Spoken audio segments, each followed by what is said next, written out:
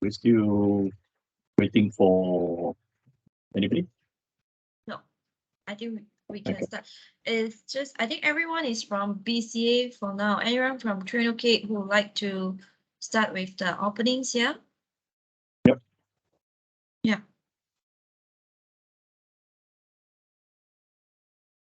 We go ahead. Robbie, should we wait for Dara? Sorry? Dara replaced with Mr. Adi. Oh, okay. Because Dara have another training 1 month. Well, you guys are busy with training, which is good. Yeah. Right. Okay. Trinity need to do the opening, right? Angie, if I'm correct. Yes, you are right, but I don't see. Supposed to be Haris or Ryan that's supposed to be here from Trinity that's helping us to do the opening. Correct. Okay. I think they are not here. Probably we should skip this and maybe they will join later and then we will just keep this going. If everyone is fine with that. Yeah. So John, the floor is over to you. Hey, good morning, everybody. Let me just bring up the so-called slides.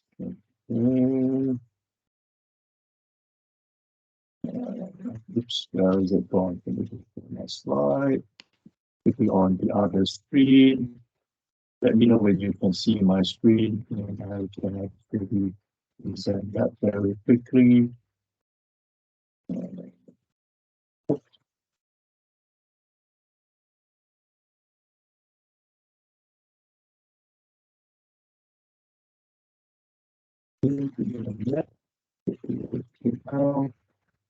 Somebody just joined. I just hear a bit. I think it's Angel. Okay. Can you see my screen? There is the ITIL for high velocity IT on the screen itself, which I have to share. Everybody can see that? Oh, right. Okay, yes. Let's get started. Right. So very good morning to you all.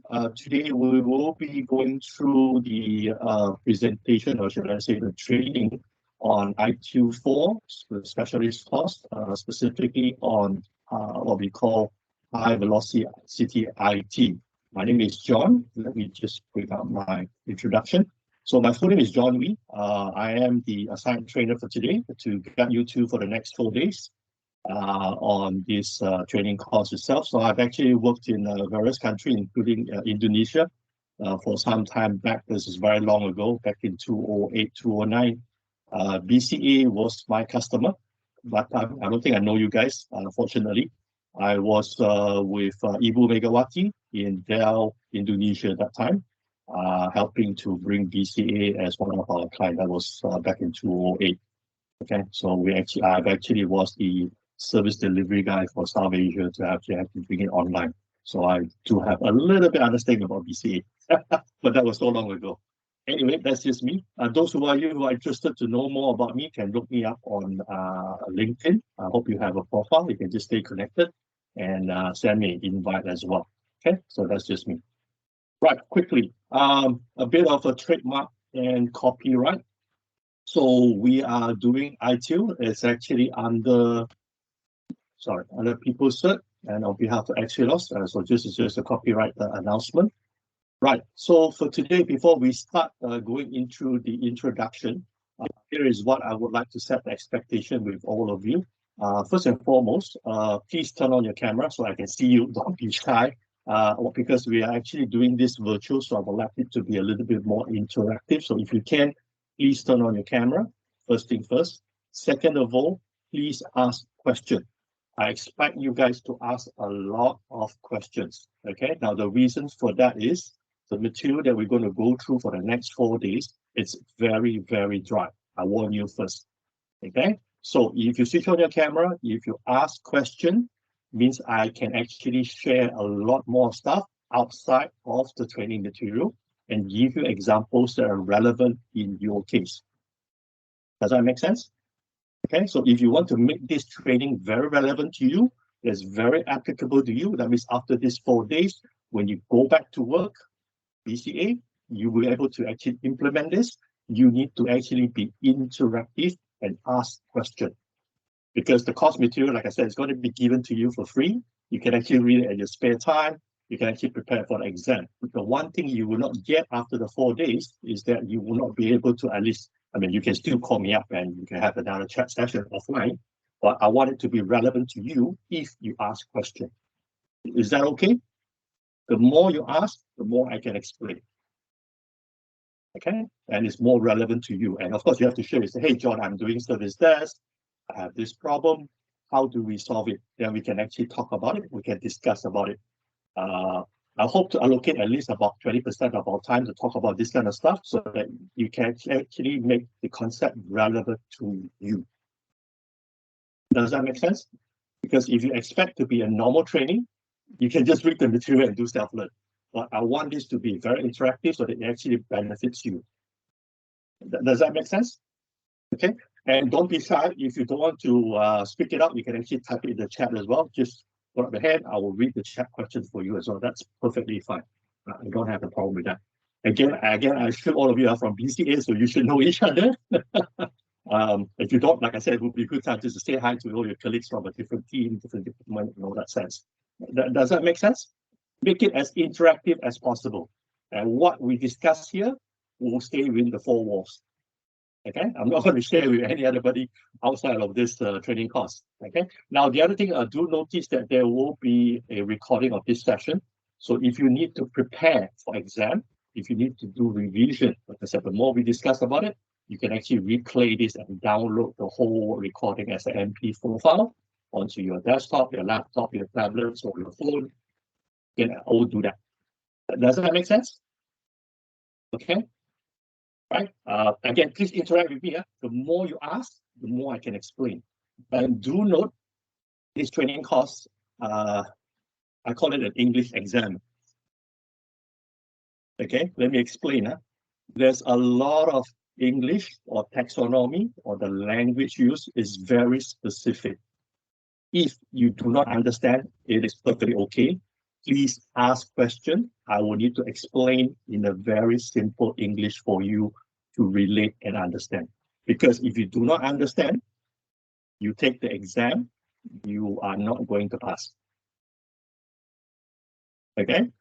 Half the people in most of my class, they say, John, I don't understand that. I say, it's okay. Let's go through and explain and talk about it and use an example that's relevant to you. You need to ask that because if you don't, you're not going to understand, you're not going to remember. Okay, I will repeat this throughout the course because, like I said, it's an English exam. Okay, so what the other thing I would like you to do is to have some paper with you and a pen so you can actually write down some notes as we talk about it, some examples. You might want to take notes. Okay, that is important if you want to do the exam or if you want to actually learn examples or things that are relevant to you. Please write it down. I'm pretty old school. I typically write things down. Okay, that's to help me to remember because that's how I actually learn. Okay, so if I'm going too fast, also slow me down. If I'm going too slow, please tell me also. Is that okay? I just want to set the ground rules for us to interact for the next 4 days because, like I said, the material is given for free. The one that's extra, that is relevant to you, you need to ask me so I can share more. That will be the benefit to you because ITIL is the ITIL, seriously. If I can share more how the other companies are doing it or how I actually have done it myself previously, that will be value to you. And how you can actually implement it when you go back on Friday or even go start work on Monday, which means let's say your Friday you're off, that is actually more valuable to me than to you as well. Okay, cool. Right. Any questions so far? Ada soalan ke tak? Any questions? No. No? No, sir. Good. Okay, okay, like I said, please be interactive. Don't make it boring because, like I said, it's virtual. I would love to fly to Jakarta and actually conduct to you with you guys face to face. Unfortunately, I can't. Like I said, I miss going to Jakarta. I was back in 2008, 2009 when I was with Dell, in that sense, taking care of Dell Indonesia. Unfortunately, I'm not there anymore, but hope to see you guys one day in Jakarta as well. Right, who would like to start first? And I would like you to go through, I think, just mention your name as it's on the screen. The organization is definitely BCA. What's your experience with ITSM, or have you taken V3? Why do you want to do this high velocity IT course? What's your objective, so that I can understand your motivation as well? Who would like to go first?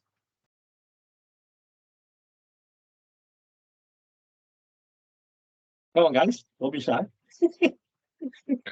Okay. Hey, please, Pauline. Yeah, maybe can start from me. My name Yes, is Evelyn. Evelyn. Hi, everyone. I call you Evelyn, or is that the correct pronunciation?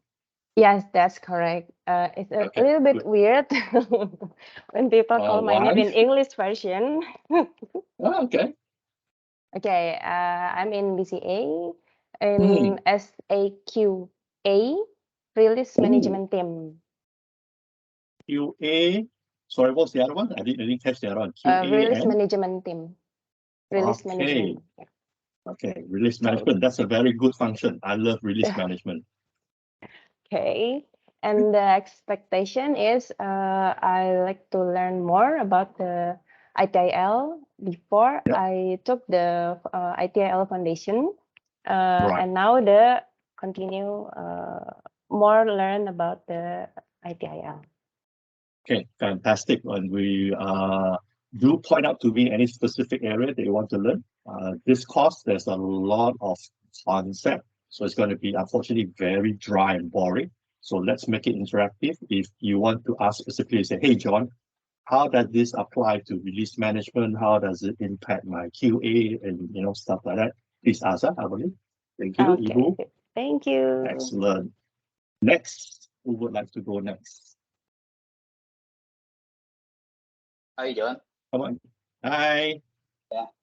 My name is Irfan. Hi. I'm from Hi, Irfan. BCA. Yeah, and BCA, I now have responsibility for service level management. Mhm. Yeah, and before I already take ITL for foundation, right? And then what I want to objective for this course is I want to learn more about the ITIL passion, specialty one. Thank you, John. All right. Server management. A lot. Service People think level. it's Okay. People think it's boring, but I think it's quite fun. Yeah. We'll talk about that. All right. Who's next? Hello, John. Let me be the next. Yes, please. My name is Lindarto. Same as Fox here. I'm in BCA.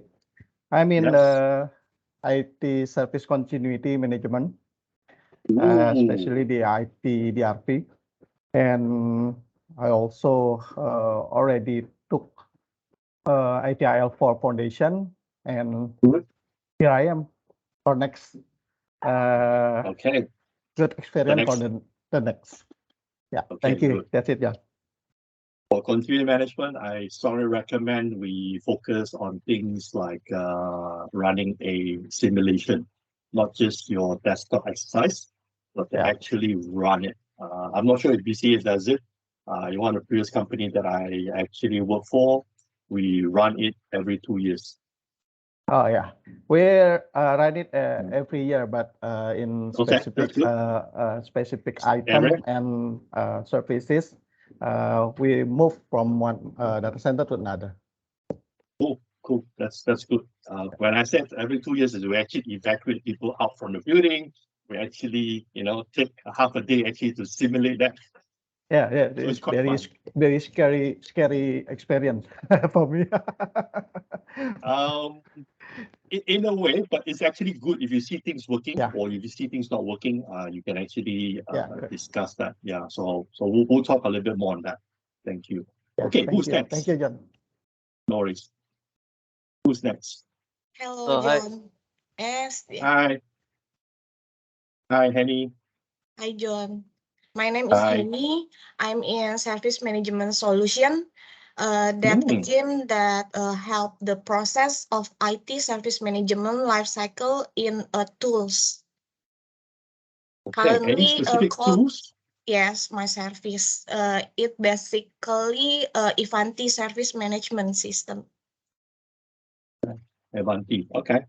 Not a Yes. bad system. Quite interesting. I've not used Avanti. I've used actually ServiceNow and the BMC one. So I presume it's going to be quite similar in nature. Okay, so we'll talk a little bit more on that. Right, who's next? Thank you. Thank you, Ibu. Hello, John. Hi. Yeah, my name is Catur. I'm same with Hi, Catur. Henny. Yeah, I'm same with Henny. I'm developing ITSM tools with Ivanti. I will be training version 3 and version 4 untuk ITIL Foundation, and I hope my I can improve my ITSM skill and lead and more details for ITSM process in this training. Yeah. Do ask question. The only way, like I said, to really appreciate the ITIL 4 training concerns, like I said, it's a very dry subject. There's a lot of best practices. Again, what we do in BCA for today and what is suggested in ITIL 4, you need to ask questions to bridge the gap so we can actually close it, so we can implement it. Because a lot of the stuff in ITIL 4 sometimes, if I first time look at it, right, it doesn't make sense. So you need to ask that question. How does it make sense? How can I apply this? Why do we have to do this? Ask the why question. Then we can actually talk about how to do it. Is that okay, Chato? Okay. Yeah, so that will help you if you can ask that. Right, who's next? Hello, John. My name is Hi, Eddie. my name is Eddie. I'm same Hi. from the others from BCA. Yes. My experience in ITSM is I already take the ITIL 4 foundation, but I never take the ITIL version 3. Okay, don't worry. Yeah. Why I take this ITIL 4 HIPIT high velocity is I want to learn more about how about the risk assessment and the measurement in change management area. Okay. In this digital transformation era. Okay. That's all. Okay. Thanks for highlighting that. We do have another separate training course specific about digital transformation. I will send the link later as well for you to check it out. That will talk about using the IT capability management framework to measure the maturity, to talk about how you do digital transformation. That's also something that I love to do. Same with design thinking. I'll explain that offline. Okay, so Eddie, if you're interested, do connect with me. I will share more on how to actually do that for the digital transformation, because it's actually quite a big topic. A lot of stuff that we'll go through the next 4 days, right, will be relevant to you as well. Okay, so pay attention to that. Right, okay. Who's next? Good morning, John. Hi. Hi. Hello, my name is Trista. I'm working under IT organization in BCA. My experience with ITSM related to IT service continuity management area, because those area is currently related to the workplace that I handled in the organization. I'm hoping that by joining this course, I can get a skill to able make a faster decision and able to meet customer needs with services that is relevant with the current and future technology or process that is applicable for the organization. Okay. Okay, very good, Trista. So I think the one thing you should pay attention, we do cover things like design thinking in the training course, just a little bit of a concept. I have a separate training course which I actually conduct called DT method or design thinking method, which I will recommend you to attend. The other one that I think that will be relevant to you, Krista, if you want to learn new stuff, right, or stay current, right, is Agile and Scrum. I'm not sure if you exposed to that. I used to be a Scrum Master. I manage a team of product managers that actually design digital products itself in one of the previous company. So if you want to learn a little bit more of those are actually the trending stuff that a lot of companies are doing today to really release things, like a digital product, a mobile app, certain features of application to the wider community or the audience in that sense. It should be something you might want to look at, just a suggestion. Okay, cool. Right, who's next? We're still missing a few other people.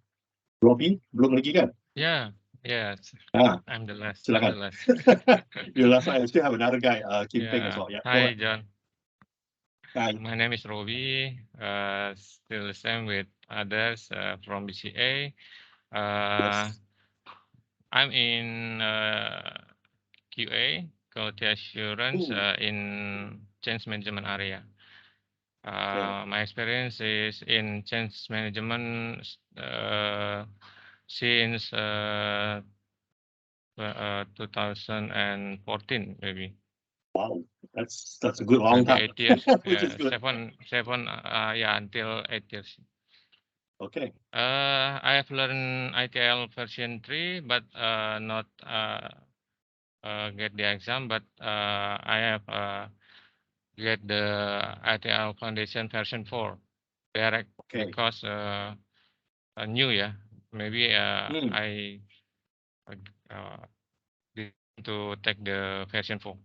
Why I selected this? Because this is from many area, yeah, from continuity, from release, from service management like Satur and Henny.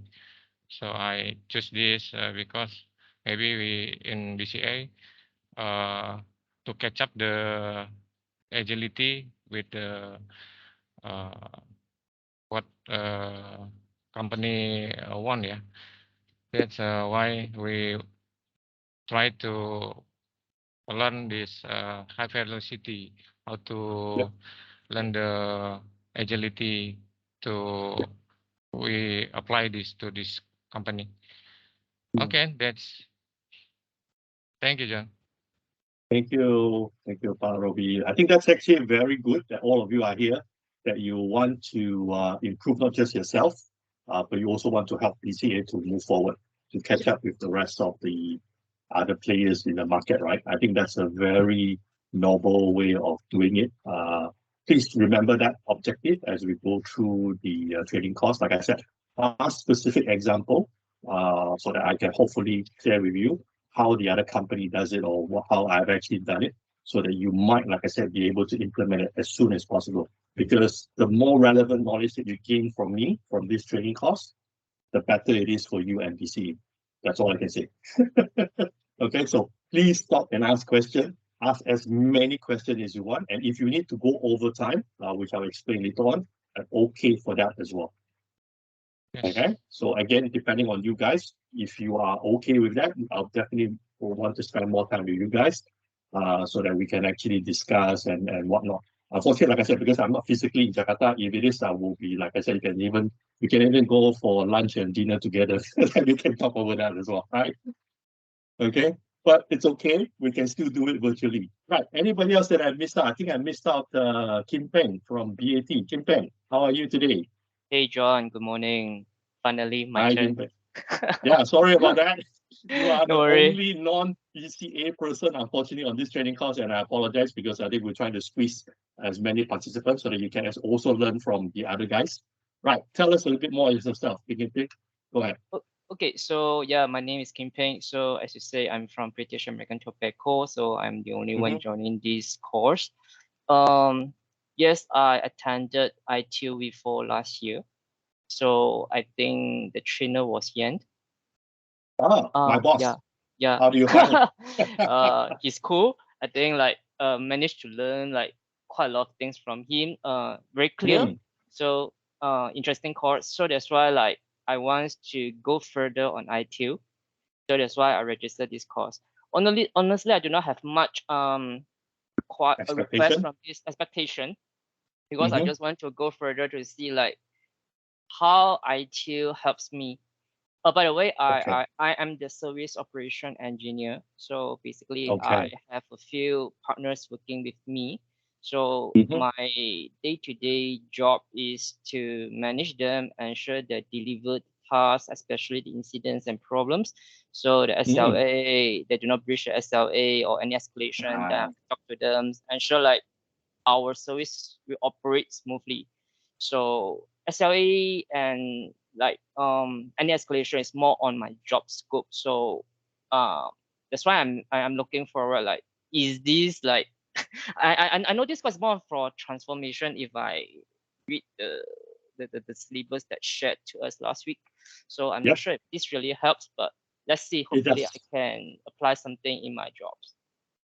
It will, Kim Ping. The job scope that you mentioned, I've done it before. So if you ask me a question, I can give you a specific example how I would have done it. All right. Okay.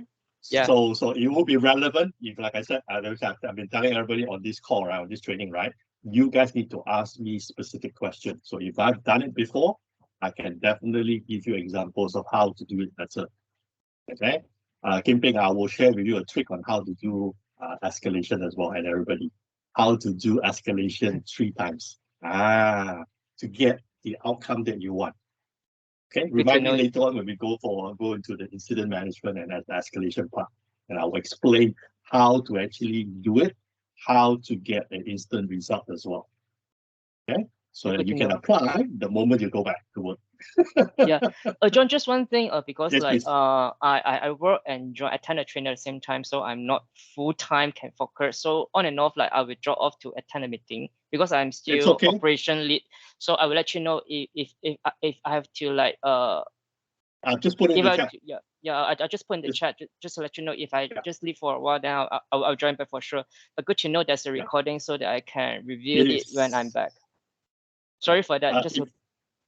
It's okay. My recommendation, if you can postpone any meetings because we do have a lunch break. Like I said, you guys can perhaps catch up during that. Try not to miss too much because, like I said, if you watch the replay, you can, but you probably miss the opportunity to participate in the dialogue, in the discussion, which I think will be of value to all of you. Because the more you participate, like I said, the more you share, the more I give you examples, the more relevant it is for you. Okay. All right. Don't worry. Point taken. All right. Right. Thank you, John. So let's quickly go through the details. So as you can see on screen, if you're going to take the exam, please drop an email to NG, my colleague, which I will drop you an email as well later. I have everybody's email, hopefully, and I'll actually put it in there in the chat as well later on. Please write to NG if you want to actually plan to sit for the exam. Now, on day 4 afternoon, I will explain specifically on the sample exam paper. We will do it together, okay? Now, the reason for that is a lot of the exam I call it an English exam. So if we don't understand how the question is structured, what the question is asking for, you would not pass. So I will help you. I will share with you some of the exam technique that you need to use. Okay. Now, I know most of us will probably have finished college or university a long time ago, right? When was the last time you took an exam? Anybody? Can't remember? Don't worry.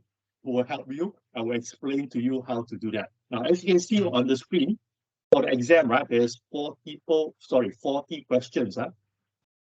Okay. You have a duration of 90 minutes. So first thing you need to do, you need to start remembering, which I will explain again in day 4 itself, is that there is a golden rule, which means you can only spend 2 minutes per question.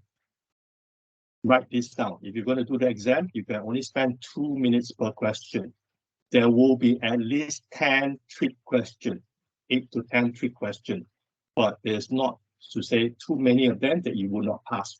But if you don't stick to this first golden rule, which is every question 2 minutes, very likely you will not pass. I repeat again, no more than 2 minutes per question. That will leave you at the end at least 10 minutes to go back to those 3 questions, to read them, to select an answer, or to confirm those answers that you've selected. Okay, don't worry, I'll explain during the sample paper again how to actually do that as well.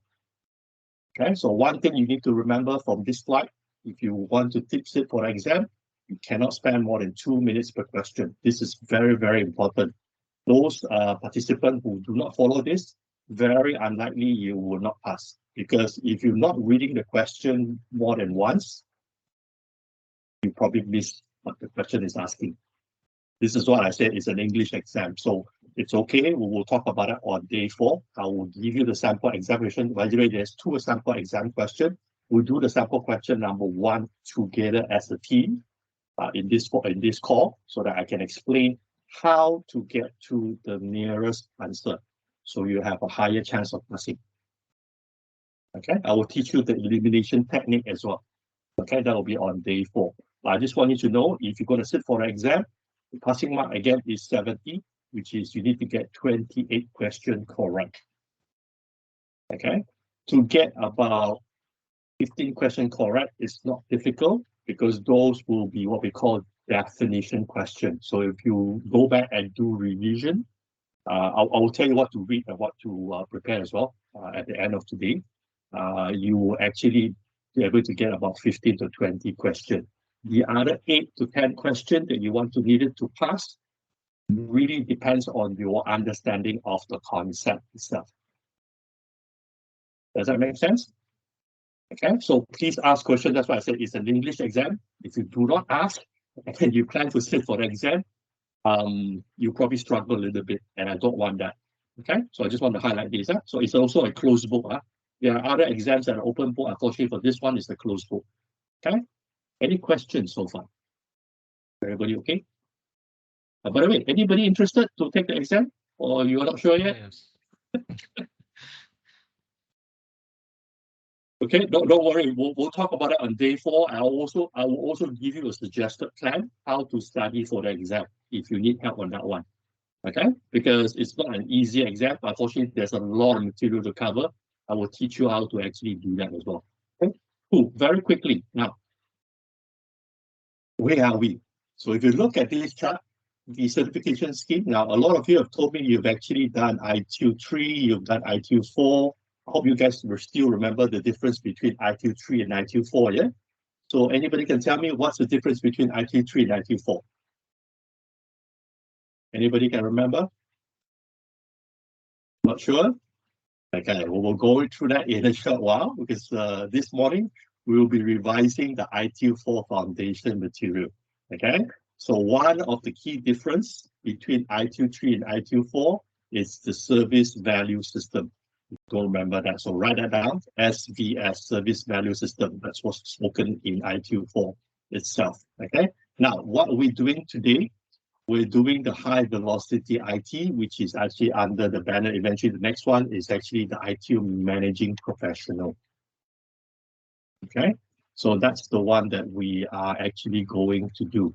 If you guys are interested, the other one I think that will be quite relevant would be the what we call the create, deliver, and support, or the direct plan and improve. Those are the other one, which is actually quite interesting.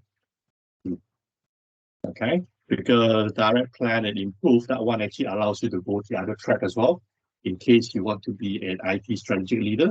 So you want to actually do that as well. Okay, just something to consider. Okay, we can take that offline as well if you guys are interested. Right, start time, end time, whatnot. Okay, now conscious of the fact that you guys are in Jakarta, I'm actually in Kuala Lumpur at this point in time, or more specifically in Subang Jaya, outside of KL. Okay, so the time zone we have, I think, about an hour difference. So I understand that we're supposed to start at 9 o'clock Jakarta time, which is 10 o'clock my time. We should finish about 12:30 to break for lunch, which is around 11:30 your time. And then we start again at 2 o'clock in the afternoon Malaysia time, which is 1 o'clock your time. Okay, now for 2 o'clock in the afternoon Malaysia time, I will go all the way to about 4:30, which is about 3:30 itself. Now, we can go an extra hour if you guys feel that you guys have questions, or I think that we need to cover a little bit more of the material. Again, the time, like I said, the extra half an hour, all those will be okay with me. I don't have an issue. I would, like I said, put it up the recording as well at the end of the day, so you can download, you can review that in case you need to jump out for another discussion or meeting. Okay, so I just want to make that sure everybody's clear with that. Any question of the timing? No? Okay. Now, participation, like I said, please on the camera, please ask questions, please be interactive. The more participation you put in, the better it is for you to get out of training course. And we've also mentioned about the lunch break and the exam as well. Now, don't worry, I will give you coffee breaks as well in between. If you need to actually just, freshen up and whatnot. So we will do that as well. Okay, so we'll give a 10 or 15 minutes break. Okay, cool. Sit back. The last thing at the end of day 4, I will need your help to fill out what we call a feedback form. It's a very, very short feedback form. Only take less than 2 minutes. Don't worry, I'll send that out as well. Okay, so those are just key things that I just want to quickly go through. Right, handbook, syllabus, sample exam, exam rationale, and glossary. Now, I'm not sure you guys have received an email. Can you guys see on the screen? You should have access to the SharePoint portal. There are multiple folders here. Let me just make that a little bit bigger. Can you see that? Okay, so there is a folder which is SharePoint folder to share with you. Do check that during the break. If you still cannot access it, let me know. I will drop it either in the chat, and also I will email to you as well. Now you will have the course material, which is what I'm going to present, which is, like I said, you have all the course material there. Second of all, you will have the sample exam paper, including the answers itself. Okay, so we will go to run through the sample exam paper 1. The sample exam paper 2, you can actually run through it yourself with the answers. It's all in here. It's all given to you. Okay. The other thing, we have a list of what we call the tables or graphs, which is actually being used in the course material, which you can actually use that as a sample and apply in BCA as well. You can copy and paste. Okay, so we encourage you to use that because there's no point to create your own template. You can actually use that and say, okay, for BCA, we will use this, and these are the things that we want to actually apply to it. So that all the diagrams are all inside that folder there, tables. The syllabus, we will talk through this on day 4. I will explain to you what's the study strategy if you want to just focus on a few key areas. The syllabus will explain to you where the questions are coming from. Okay, so we will run through that on day 4, but it's actually there. You can actually read that as well. The recording is where I will put the recording for the morning session and the afternoon session. I will upload it as an MP4 file in this folder, and I will email to you as well at the end of the day, so you can actually download that. You don't have to download it today.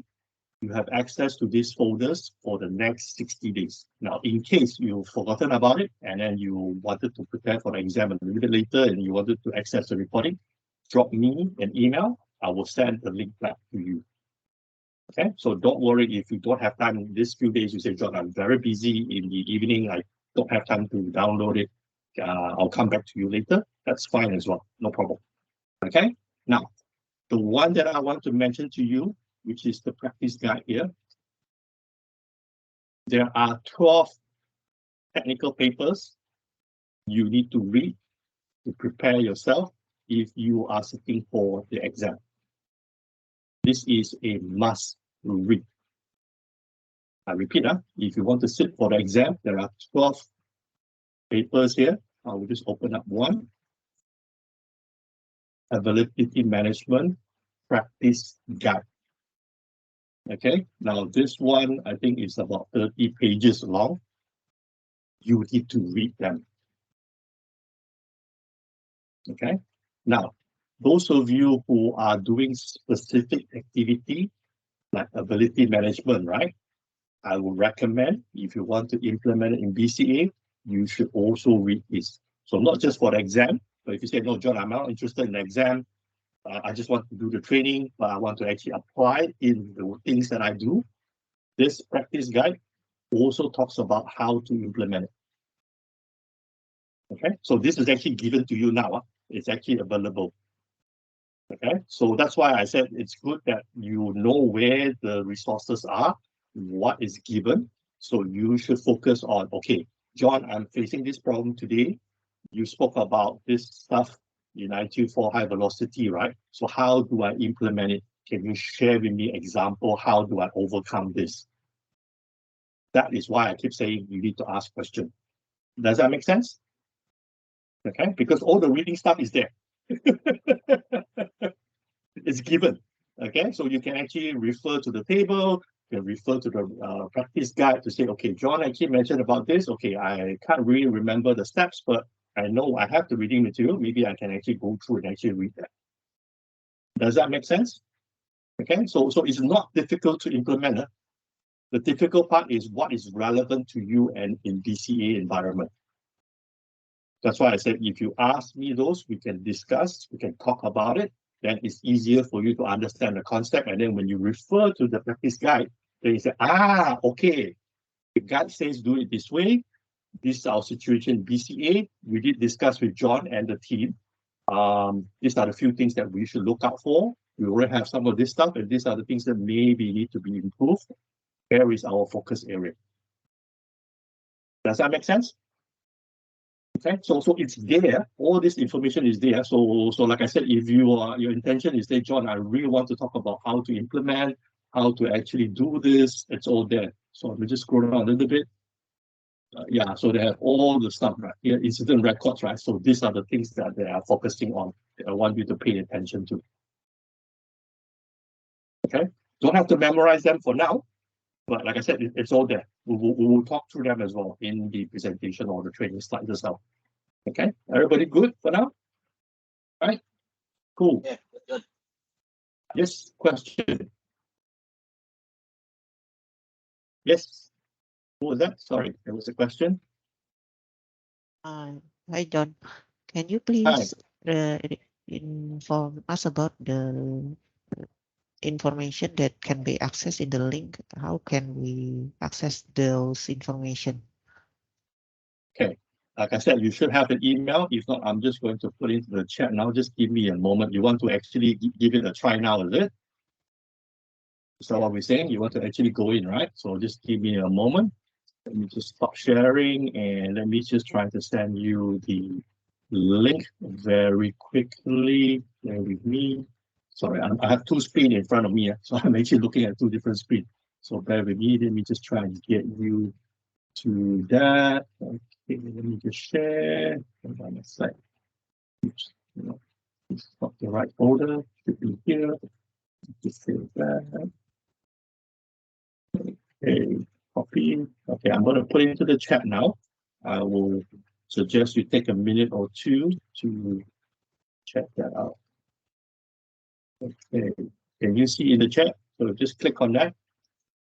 See if you can access it. Yes.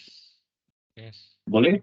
Can, okay, you see all the folders that I've been talking about. Don't worry, I will email to you as well at the end of today's training so that you also have a copy somewhere. Now, if you want, you can actually put it into a notepad somewhere or save it somewhere or bookmark it. I will encourage you to do that. Okay, everybody good so far? Good?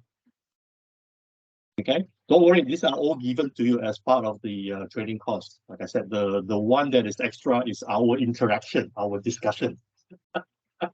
That is more valuable than all the materials as well that's shared to you.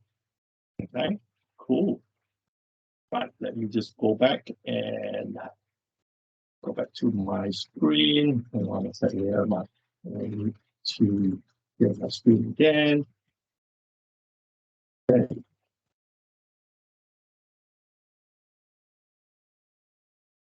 Put my screen up again. Current slide. Okay, any questions so far on what we have discovered? So you know where the materials are. Like I said, as promised, I will email to you at the end of today as well. So you will have a copy of the, like I said, the details. Okay, now Anybody, by the way, anybody who needs to grab a drink, coffee, or grab something to eat, it's okay in this training course. Please, as per normal. Okay, but like I said, we will still have breaks as well. Okay, now everybody's good, Okay, cool. Right, so the learning objective. So what we need to do for the next 4 days together, we need to talk about high velocity. What does that mean? Okay, we need to talk about what is the operating model, how do we look at it from an IT perspective, and also how do we deal with some of the digital stuff. Okay, so basically that's the learning objective itself. Now, for this morning, I would love to run through before we go for our lunch break at 11:30 or 12:30 Malaysia time, 1 o'clock, which is to finish up the ITIL foundation details, which actually is a recap because that's very important. For this afternoon, we will start talking a little bit more on the key concepts, and we will continue tomorrow and whatnot. Okay, so the next one is key concept, then is the IT culture. That's why I said there's a lot of conceptual stuff. The IT technique. Okay, now just quickly, this is the slide which will tell you the breakdown. So if you notice, right, in the afternoon, we start with something new, and then the next day we will try and conclude the slide itself. Okay, now as you can see, there are a lot of slides. Altogether, 260, 270 slides. Okay, so it's going to be quite dry. If you do not interact with me, you're going to fall asleep for sure. Please don't do that, okay? Please ask questions, okay? Because like I said, a lot of this dry stuff, you need to start thinking, okay, in BCA or in BAT, how do we actually do this? How does this make sense to me, right? So if you actually start thinking, when I actually start explaining the slides, that will be where you will start doing your revision and whatnot, okay? Cool, let's quickly get started. ITIL 4 Foundation. Right. Service value system, service value chain, the ITIL practices, guiding principles. Anybody can remember how many of guiding principles we have in ITIL? How many? Can you remember? Okay, don't worry. A lot of blank faces I can see. What are the 4 4-dimension model as well? You still remember? Not sure? Okay, don't worry. We will run through that very quickly. Okay. This is the most important diagram in ITIL. Okay, so just to practice and just to talk a little bit more. So from the left-hand side, you have the opportunity and demand. This is either from the business or the customer that comes in. So we are resources. We provide a set of activities or those activities to do what? We are part of that service value chain. Now, wrapping around the service value chain are 4 things: the governance, the practices, the guiding principles, and more importantly, very important, is the continual improvement. Now, the outcome is the value that the business or the customer is looking for. Okay, so this is very important, the most important diagram of all, because this will be repeated if you do IT, right? Quickly. Still remember this? Service value chain. I think it was spoken briefly in the ITIL Foundation. There wasn't much about it, but for high velocity, you probably need to understand the various stages of this process on how do we bring a service to life? How do we create a value to the business? Okay. ITIL practices. Do you remember how many of them? There are 34 of them on screen. General management practices, service management practices, and technical management practices. There are 34 of them. Again, don't expect you to remember all, but you need to know the numbers. 7 guiding principles. This one was a big topic if you did ITIL 4 Foundation. Still remember what are the so-called guiding principles? Focus on value, start where you are, progress iteratively with feedback, collaborate and promote visibility, think and work holistically, keep it simple and practical, optimize and automate. Okay. Next slide here. These are all the explanation. Okay. Exam slide. Ding, ding, ding, ding. This slide you might want to circle down. If you want to prepare for exam, you need to read this slide. The English, I call it in Malaysia, we call it the England, must have enough powder, kepedak, in a way. This is a local joke. That means your English must be good. Okay, so you need to read the English on this slide to understand what it is. Okay, so those who are preparing for exam, I will recommend to note down on this slide, slide number 19. This is something you need to look at. Okay, next one, governance. So again, definition slide. I'm not going to go through the definition. You guys can read them offline. Again, please remember the English. Now the keywords here in these slides, let me just read to you. Directed and control. Governance, it says directed and control. Okay.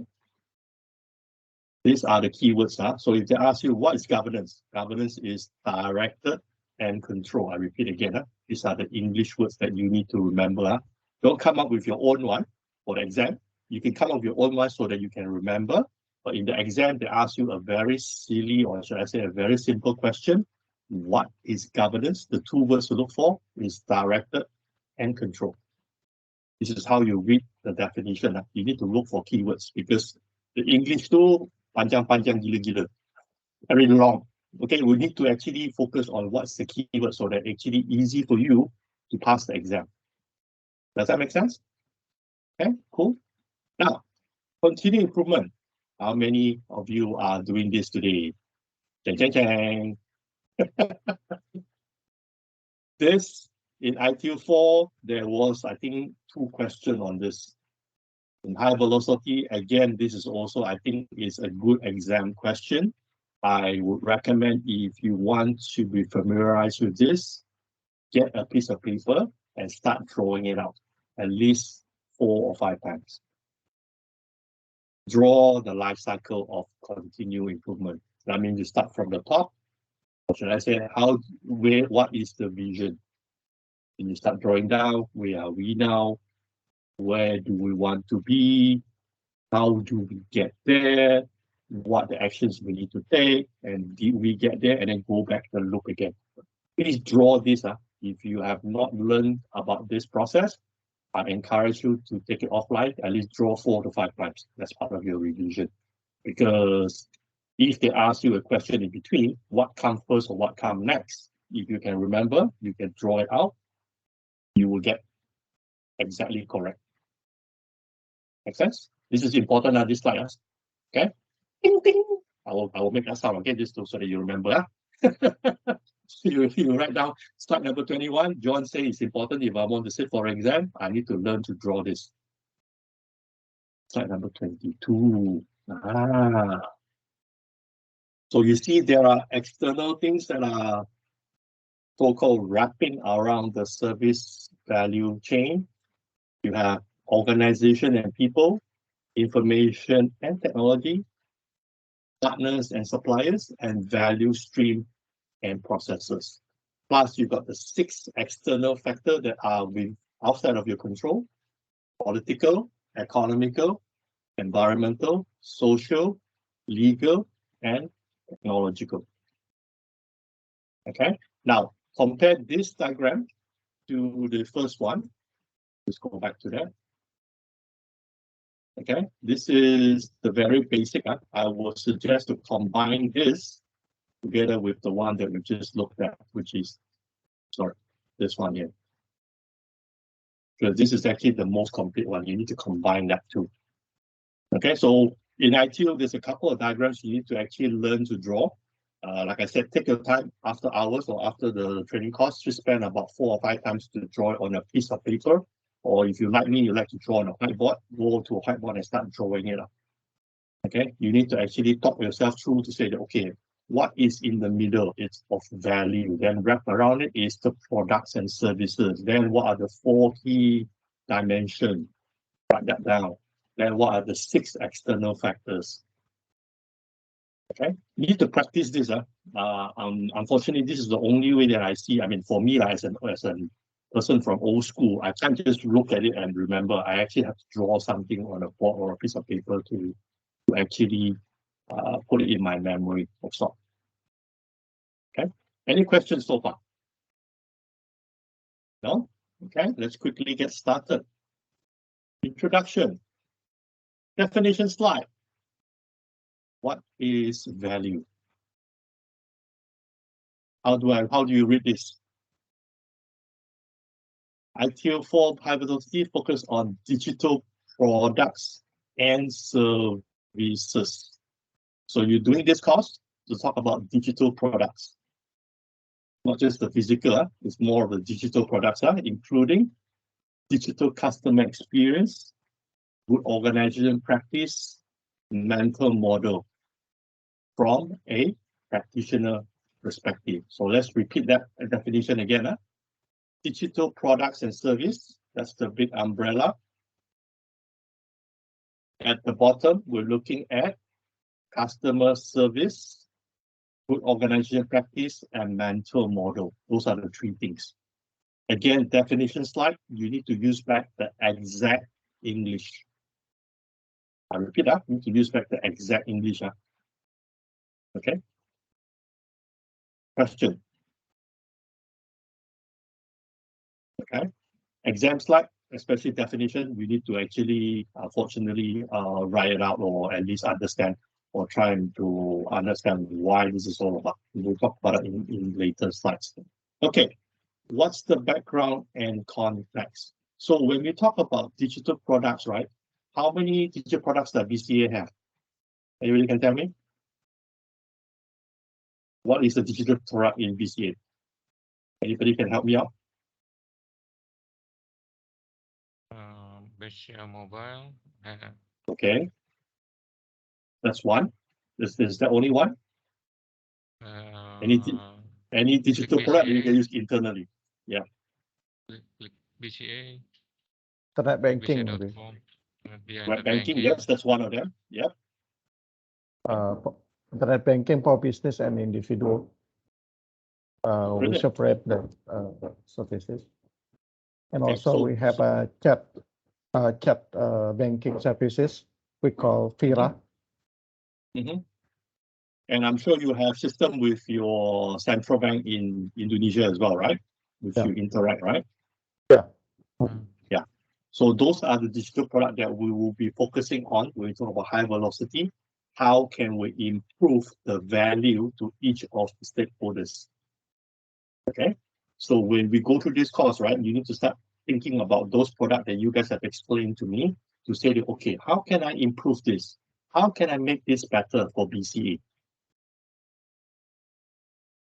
Okay, because you don't just have one digital product. You just now have listed about 5 or 6 of them, right? I'm sure there are more that you guys may be looking at developing in-house for internal use. I mean, for BCA staff only, maybe perhaps, or maybe there are new ones coming from the central bank of Indonesia to say that, hey guys, I need you to do this for your reporting,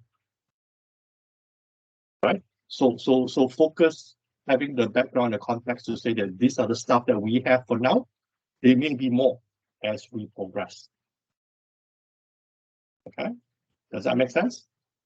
Quickly, let's move on. These are the stuff that we will need to talk about. What are the ethical considerations? So if you're thinking, John, why are we doing ethics here? It's actually one of the key elements. Okay, design thinking. We are banks. We need to design something. Actually, we do. But stuff are fixed. The central bank say, John, you can only do this. Your base lending rate is this much. Your higher purchase rate is this much. This is how we qualify a customer. So what design thinking we're talking about? Well, we're talking about how do you improve the experience when your customer comes to BCA? Why is it a pleasant experience for a customer like me who want to use BCA's banking services? That's what design thinking needs to apply in this context. Because if I find it more easier to deal with another bank, let's say HSBC, you will lose me as the customer. Okay, so that design thinking could be meaning whether you grab a new customer or you lose another customer. Despite the fact that you're telling me, hey John, our banking stuff very boring, fixed. Actually, it's not. Okay, so we'll talk a little bit more on that. Complex environment. Banking industry is always very complex. You have your back end, you've got your front end, you've got your governance, you've got your risks, you've got your audit in place, right? So those are very complex. Let's try and navigate to see, let's try and figure out where are the areas that we can actually improve. So customer experience that I mentioned earlier, especially for a design thinking perspective, it's one big area a lot of banks or a lot of financial institutions are looking at. How do I bring in more customers? How do I retain and cross-sell other different products? Maybe this person has got a personal loan. Maybe I need to look at perhaps he or she wants to get a housing loan. What else? Credit card, debit card, savings account. What else? There's a lot of stuff, right? Even insurance. Banks are getting into insurance as well, right? So you're cross-selling. So how can I actually promote that product to my existing clientele? Right? So this is other stuff that you need to look at. Continued improvement. Okay, you're telling me something, you're telling me, hey John, I'm already hitting 95% SLA. Okay, does that even make sense to move it to 96? Or we're happy to stay with 95? So those of us who are doing QA, who are doing service management, that's a tough question to answer. Because the bosses may come back and say tomorrow, hey guys, I need us to meet 96% for next year onwards. You'll be thinking, alamak, how do I do this? How do I actually get to 96? Is it even worthwhile to get to 96? That's another open-ended question, right? The lean culture. Anybody have done lean before? What does lean culture means? Any idea? Not sure? Okay. Lean culture comes from the manufacturing side, whereby they look at reducing defect, reducing wait time, minimizing quality issues. So you look at it, right? If there is 1,000 applicants issuing a so-called what we call electronic form or physical form, buying for a hire purchase loan, what is your quality standards like? So in lean, they say that you need to reduce down to very, very low, because if there is a mistake, the customer is not going to be very happy, right? If you accidentally reject the loan or they fill up something wrong or it's been processed wrongly, right? So lean actually needs to be adopted to look at how can I actually minimize the error? How can I improve the customer satisfaction? How can I increase the quality? How can I do it faster and better without sacrificing governance? Lean is very important. So you might think, hey John, it comes from manufacturing, but banking, yeah, it does help. You need to take the concept and apply it in your industry as well. Okay. Safety is also important. You probably think, John, I'm not at an oil rig, I'm not at a dangerous industry, but safety is still one of the basic stuff that needs to be looked at. Same with agile, resilience, and we'll talk a little bit more on all those techniques to see how that's relevant in your environment. Okay, so these are the topics that we'll be going through for the next 4 days together. So please ask questions. Like I said, if you're not experienced like lean, ask me, because I worked in a factory before, and if I take it to a banking kind of industry, it does help. It does make sense, but we need a relevant example to say why does it make sense. Like I said, if there's 1,000 people applying for a hire purchase loan and you have a 10% quality issue, that's a lot. You're losing 10% of your customer. Why can't I reduce it down to 1% or 0.1%? Because you want that customer, right? You want that business, right? So you actually need to take that very seriously in that sense. Okay, so it's actually relevant. Next, quickly, let's look at the concepts. So in this chapter, we will define what is high velocity IT, what is the digital technology, depending on how you guys, how progressive you guys are, you guys need to tell me, are you already on cloud? Are you already on blockchain? All this kind of stuff. Let's talk about that, right? your organization, is it digital today? Or you are actually embarking a digital transformation? Okay, so this is actually the things that we will talk about in this chapter, including your IT objectives and what are the key characteristics if you want to call yourself a high velocity IT organization. Okay, definition. Ding, ding, ding, ding. Exam slides, definition. Look at the one that is highlighted in blue. Those are the key words. I explain, those are the key words. So it says here, digital technology. It says here, business enablement. Okay, let's reread the first sentence again, or should I say the first part of the sentence? It says, apply digital technology for business enablement. Okay, so we don't just choose the digital technology just for fun. We actually have to choose something that actually enables the business. That's the key word here. Okay, now why do we need to do that? In the next part of the sentence, it explains, it said, time to market. Okay, imagine if you guys were the first one to launch a mobile app in the market and nobody else in Indonesia has done this. What does that mean? You'll be first to capture the market. Because nobody else has done it, right? Right? So you guys are the first one to launch it, so you will be very, very good to go to market first. Time to customer. That means that the customer are the first one to enjoy the benefit of using your digital product. That's very critical. Right? So let's say everybody has got a mobile app, but you guys are the only one that allows you to do, say, money transfer between BCA bank customer and other bank customer on the mobile app. That's fantastic because I don't have to go to a bank and I can just do transfer on my mobile, right? So that could be a new feature, right? Time to change. That means that you are introducing a new product, perhaps tying with a loyalty program of sorts. Those are important because you want to retain the loyalty of your customer. So the fact that you can allow to change that very quickly and adapt to that, that is important. Okay? Speed as well. So we talk about high velocity, speed is always one of it. Again, please remember the key word here is business enablement. I repeat that, it's business enablement. We don't do things for the sake of being fast. We don't do things just for the sake of fun, but we do it for the business. So we actually have to tie back to what are the business objectives, what the business wants, not what we IT want. Let's be clear, it's not about what IT want or what QC or release management or incident management want, what the business want to do. That's the business enable part. Okay? And it says it's not restricted to fast development. Does that make sense, this definition? Okay, so if you need to remember, I will remember from the first sentence of this definition, application of digital technology for cyclical business enablement, where time to market, time to customer, time to change, and speed in general are crucial. This is the definition we need to understand.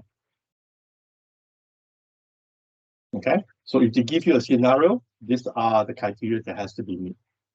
Okay, any questions so far? Okay, right. They call it HVIT for short. Again, this is just some of the explanation that we have spoken about.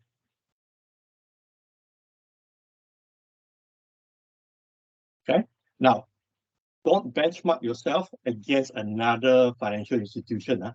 You actually need to measure it within your own organization, how fast you adopt it. Now you can actually look at other people and say, oh, they've already went to the cloud, or they've already done this, they've already done that. But the question is, are we ready in our own organization if we were to do the same? How could we get there? That is the bigger question. Okay, look internally, not just say, oh, so and so done this, so and so have done that. It may be applicable to them, but you need to look at, does it make sense in your own organization context? Okay, because a lot of time when it's most relevant, then you can ask for investment from the management or leadership team to say that, hey, boss, we need to buy this tool. Boss, we need to invest in this technology. Boss, we need to do it this way. Then it makes sense. Okay? Okay. So because sometimes if you follow the trend, everybody doing Agile and then you say, oh, I want to jump to Agile and do Scrum, that may not be relevant. It depends. Okay, so that discussion needs to still happen. Okay, so just to caution you guys, don't just go crazy on adopting digital technology. Right. What is digital technology? Ding ding. Definition slides. You guys have OT as well, right? Operation technology. What is OT in your sense? Anybody can help me with that?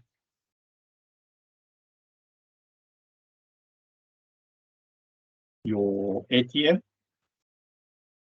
distributed the ATM machine.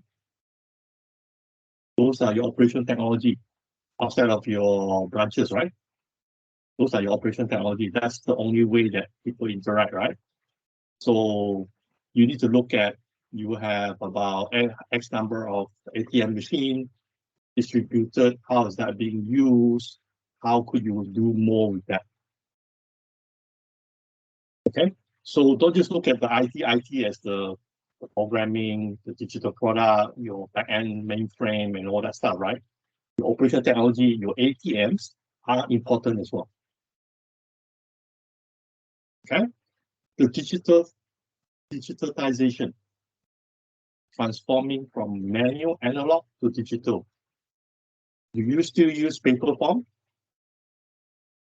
If you do, you might want to rethink to say that, John, I think we need to do some of this, which is the digitization. Okay, you still print out hard copies. For banks, I know sometimes auditors will ask for hard copies, but if you start moving to digital, you need to look at how do we audit digitally? How do we do QC digitally? That may be something that you guys might want to talk about.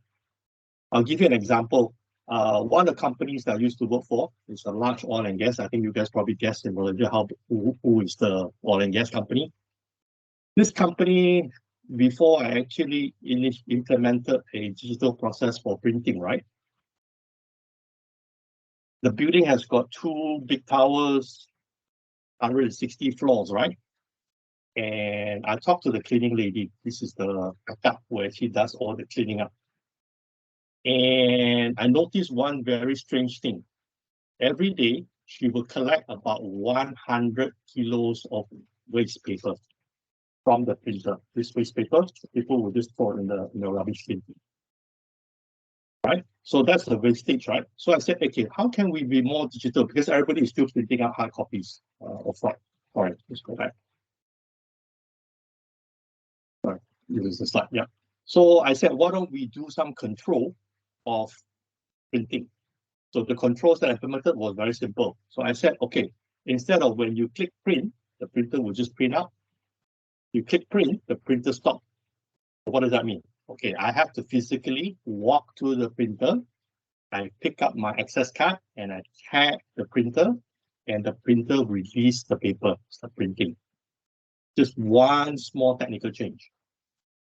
Guess how much paper that I see in the waste paper dump after that? So 100 kilo per day, it drops to 5 kilo. This was done about 9 years ago. Before even people talk about sustainability, people talk about green, people talk about environmental friendly, right? So I actually started that already, just by implementing one small feature. Of course, there are people, users who come and complain, say, John, I don't see my print up. I said, you have to walk it. And say, why? I said, well, imagine if I am the CFO, I'm printing my financial year end statement. If I didn't remember to pick it up, it will be disappeared, right? Somebody will pick it up accidentally, or it would be a wastage, right? But now if I tag and I release it, I'm actually physically there to pick it up. So it's secure. So that's one feature. For 100 kilo, it reduced down to 5 kilo. Of course, the cleaning lady was not very happy with me. You know why? Because she used to sell all this waste paper and earn extra money. So in a way, I've made the bosses very happy because I saved a lot of paper. I've made a lot of people environmentally friendly. But the king lady was not happy with me. John, bad person. You know, I used to be able to collect and sell. Now I got only 5 kilos of waste paper to sell. Okay, so think about this digitalization plan. It could be as simple as that example that I give you. Okay, so I save a lot of A4 paper in the company because of that. Now that was only for one location. We did not include the other locations as well. Okay, so look at BCA situation. If you guys are still using paper-based, perhaps from a digitization perspective, you might want to look at, do we have those kind of technology in place? How could we better implement? Because you talk about sustainability, right? You talk about being environmental friendly, right? How do you do that? Does that make sense? Okay, of course, if the clean lady is angry with you, you just tell her, John gave that silly idea. Okay, cool. Right, let's continue. Right, so this is where the combination of digital technology is all about, the IT and the OT. Remember, I talked about your ATM, which is part of your operation technology. It should be combined in the middle somewhere called the IoT, Internet of Things. Okay, now ATM is just one of it. Anybody can give me another example of the operating technology that you guys are using?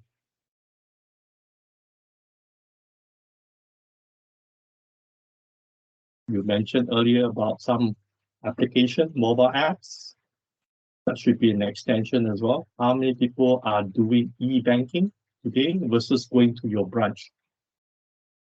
Are you still tracking how many people are going to the branch per day? Are you stuffing the branch correctly, especially your bank tellers at the front end? Are you stuffing that correctly? Because if you are overstuffing, perhaps you need to redeploy that resources to somewhere else. So apply more of the OT side, operation technology side, will help you to refocus your resource to some other key critical areas. This is something that you guys need to look at, which we will talk about. And I will give you plenty of examples of that sort, whereby if you apply certain technology, say self-service, ATM technologies, the ATM machines and whatnot, you can actually save on resources and redeploy them to other things. I'm not asking you to cut down manpower, but to redeploy them. Okay, so this is something that is critical, that as you introduce a new service, right, there is always an impact in the front end. Things, people like the bank teller, your loan officer, your branch people, how do you redeploy them? Because the future, it's all about digital technology. Okay, I don't know much about how BCA is actually shaping up. A lot of the banks in Malaysia at the moment or in Singapore, they are really cutting down on what we call the bank teller service. They used to have like about 10, 15 counters. Now they're probably dropping down to 3, sometimes even 2 counters. Okay, so where are the rest of the people? They should redeploy them. They should upskill them to do some other stuff. Okay, so this is something to look at, how you actually do that. Right. After information technology, these are the things that we will look at from an infrastructure perspective. You have the basic stuff, the server, the network, and whatnot, the storage, and you have your platform, and you have your data, and you have the application. This is the very, very basic stuff. There is, again, a definition slide. Okay. Digital technology to store, retrieve, transmit, and manipulate data for the business. Okay. Ding, ding. Exam slide. Please write it down. Slide number 35. Definition. You need to remember this. Okay. In the exam, they will ask you, application of information technology is to do what with the exception of. So that means they could give you a wrong answer with 3 correct answers. you probably need to identify which is the wrong answer. Okay, so if you remember the definition, it says to store, retrieve, transmit, and manipulate. Those are the English words for that. Okay, right. Again, this is just another way of looking at it, the IT stack as well, on how we are going to help that to make a decision or help our leadership team make a decision as to what to do or what to invest, what to improve or what not to do. Okay, so a lot of times when you look at this slide, right, people ask the question, okay, John, yeah, okay, I understand you have all this stuff on the left-hand side, which is the infrastructure, platform, data application, right? That will make up our product, and we provide an IT service and information and a decision from the management to invest or not invest or to act. The other thing, a lot of times people forget is that they keep thinking about, I need to expand, I need to invest. What about sunsetting? What about retirement of certain products and services? If the market is too small, you might not want to spend money on that specific product or services anymore. You need to have data to support that. Like I mentioned just now, in some of the countries, the bank teller, they have struck from 10 or 12 to down to 3 or 2, because they find that a lot of people are adopting self-service. Hey, I don't need so many people sitting in the front counter. So you need to look at where are the investment need to go, where you need to shrink as well, or just expand. There is also a shrinkage for certain areas of the operation. Okay, look at that, the product and services, how it actually impacts it. Same with your service desk. If everybody in BCA or in BAT is actually doing what we call online registering, they're not calling up to log a ticket, right? Incident, right? You still need X number of service desk agents. Does that still make sense? If you're not operating 24/7, do you still need somebody standing by at night? Do you need to reduce or expand the operating hours of your service desk? Okay, so look at it strategically. How does that help? Okay, so those are the questions that you need to talk about. Right. Next slide. It says here IT function, IP infrastructure, information system, technical components, data processing technology, digital technology. These are all the stuff that can be referred as IT. Okay. Again, I'm not going to read the slide. I'm going to ask you guys to read after hours. Okay. Try and understand that. Right. It's almost 10:30 on my clock. It's actually 11:28. Shall we take a break? How much time do you need for the break? 10 minutes? 15 minutes? Tell me. It's good to grab a coffee. I need a coffee as well. Huh? Yeah, 15 minutes. 15 minutes. Good. 15? Boleh, boleh. We can give you a 15 minutes break.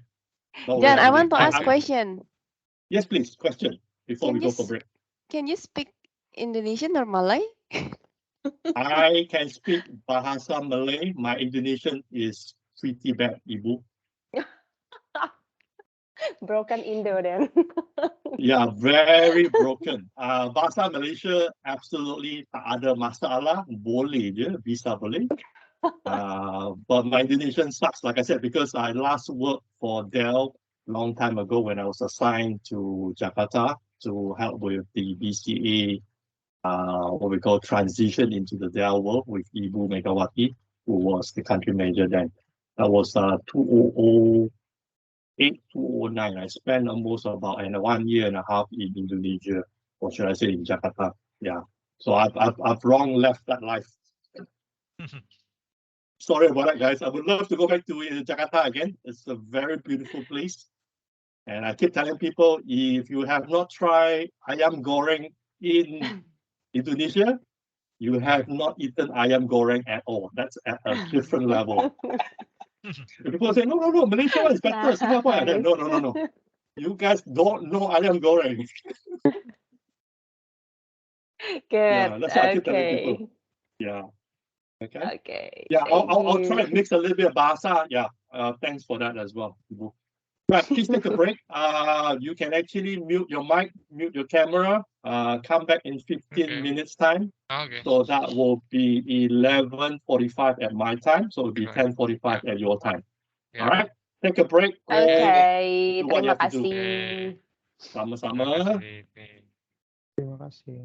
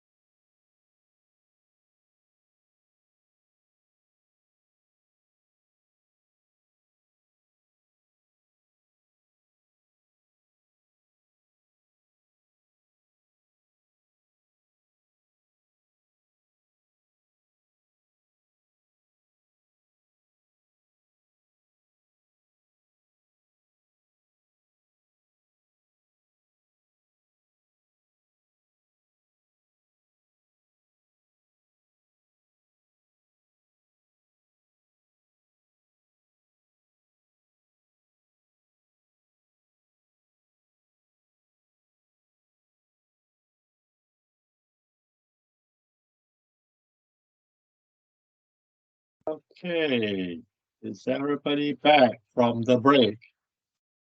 Yes. Hi, Robbie. You had a Hi. break? Yes. Go to the toilet. Have some drink. You can bring your coffee along, or if you prefer a tea of sort. The favorite one in Malaysia is the Milo ice. Milo ice. Milo. Yeah, ice Milo. They make it very cow, very thick, and then they throw ice on it. Or teh tarik locally, we call it the sweet tea. Yeah, the sweet tea with lots of bubble. I kind of stay away because the sugar is very high. So it become I call it a sugar daddy diet. That one I tak boleh. Tak boleh. Tak boleh. Because you tell them kurang manis, they will still add a lot of sugar. Seriously, it's really bad. Especially the condensed milk. Locally, Malaysians are in love with condensed milk. Everything must have condensed milk. Crazy. Very high in sugar level. Not recommended. Anyway, just a recap. I've actually put a reminder, a message saying that anybody who wants to do the exam, please drop a note to Angeline. She is my colleague, so she will help to arrange that, the exam voucher as well as the date and whatnot, and the process and all that. So she'll be doing that. And I've also shared in the chat my contacts on email as well as mobile. You guys can WhatsApp me if you have WhatsApp, or you want to use Telegram, Signal. Most of the major ones I have it on my phone as well, so you can reach out to me. Or you can use a chat function on Teams, assuming that we are connected. Right. Okay, so let's go back to the training deck. So when we talk about IT, right? So IT is actually quite a big topic. So in ITIL perspective, they've defined that as an IT function, an IT infrastructure, an information system, a technical component itself, as well as the data processing technology or a digital technology. So this slide, I'm not going to go into detail because I think it's pretty easy. It's a definition slides per se. Most of the definition slide, I think you just have to read, understand. Like I said, some of the keywords that are being used that will help you if you're doing the exam in that sense. Okay, everybody good for that? Let's move on. Thank you. Right. So, what is an operation technology? Okay. So the keyword here is detecting or causing change in physical device to monitoring or controlling. Okay. So this is the definition itself. What is an operation technology? I use the ATM machines as an example because I see that as an extension of how the banking industry uses that to interact with your customer. Now, don't necessarily has to be the ATM. It could be your web portal. It could be your mobile application. But to qualify as an operation technology, the definition here says to detect or causes change in physical device through monitoring and or control. Okay, so that's the operation technology part. I mean, there are various items in there that fall under this category itself. Okay. So in the manufacturing, if you have worked in a factory before, they have what we call SCADA system or programming language control units that actually does simple tasks or assembly, soldering, all those kind of things. Those are operation technologies per se. You might even have a simple thing like you monitor the humidity of your server room or the temperature of your server room, right? Or you may have a simple CCTV system that does what we call a count of how many customers that walks into your physical branch and stuff. You could have that as a OT technology per se. Okay. Now, like I said, it's important to have all this thing in place because it actually helps you or gives you a certain sets of empirical data, so you can actually make some decision as to what is happening or at least understand what is the trending in that sense. So like ATM, right? I think everybody knows, right? Before Hari Raya, there will be a huge withdrawal, right? People love to go to take out cash, right? They buy stuff, they buy baju, they buy food stuff for the family or buy gifts, right? So ATM machines needs to be restocked a little bit more frequently, right? So those OT stuff, right? Like I said, the ATM machines, right? If you are aware of the festival period, like Hari Raya or even Christmas, you know that there are going to be huge withdrawal, right? So those kind of stuff, if you monitor that, you know there's going to be a huge volume, you can actually better prepare for that. Okay, so let's move on. What is a digital organization? It says here, to do business significantly different. So the question is, would we classify BCA as a digital organization or a traditional organization? Or you are working towards digital? What's your definition? Anybody? There's no right or wrong answer, guys. Come on, open for dialogue. Discussion.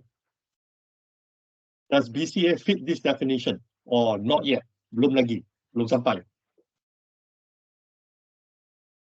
Yes, no, maybe, not sure. Something to think about. I think it's transformed. It's transformed, right? Transform, yeah. Yeah, so it's probably somewhere in the middle. Like I said, there are various areas that you guys should look at.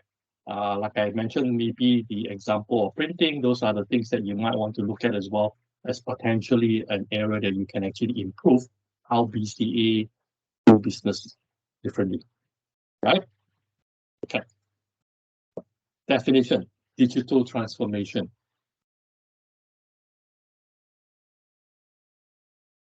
Okay.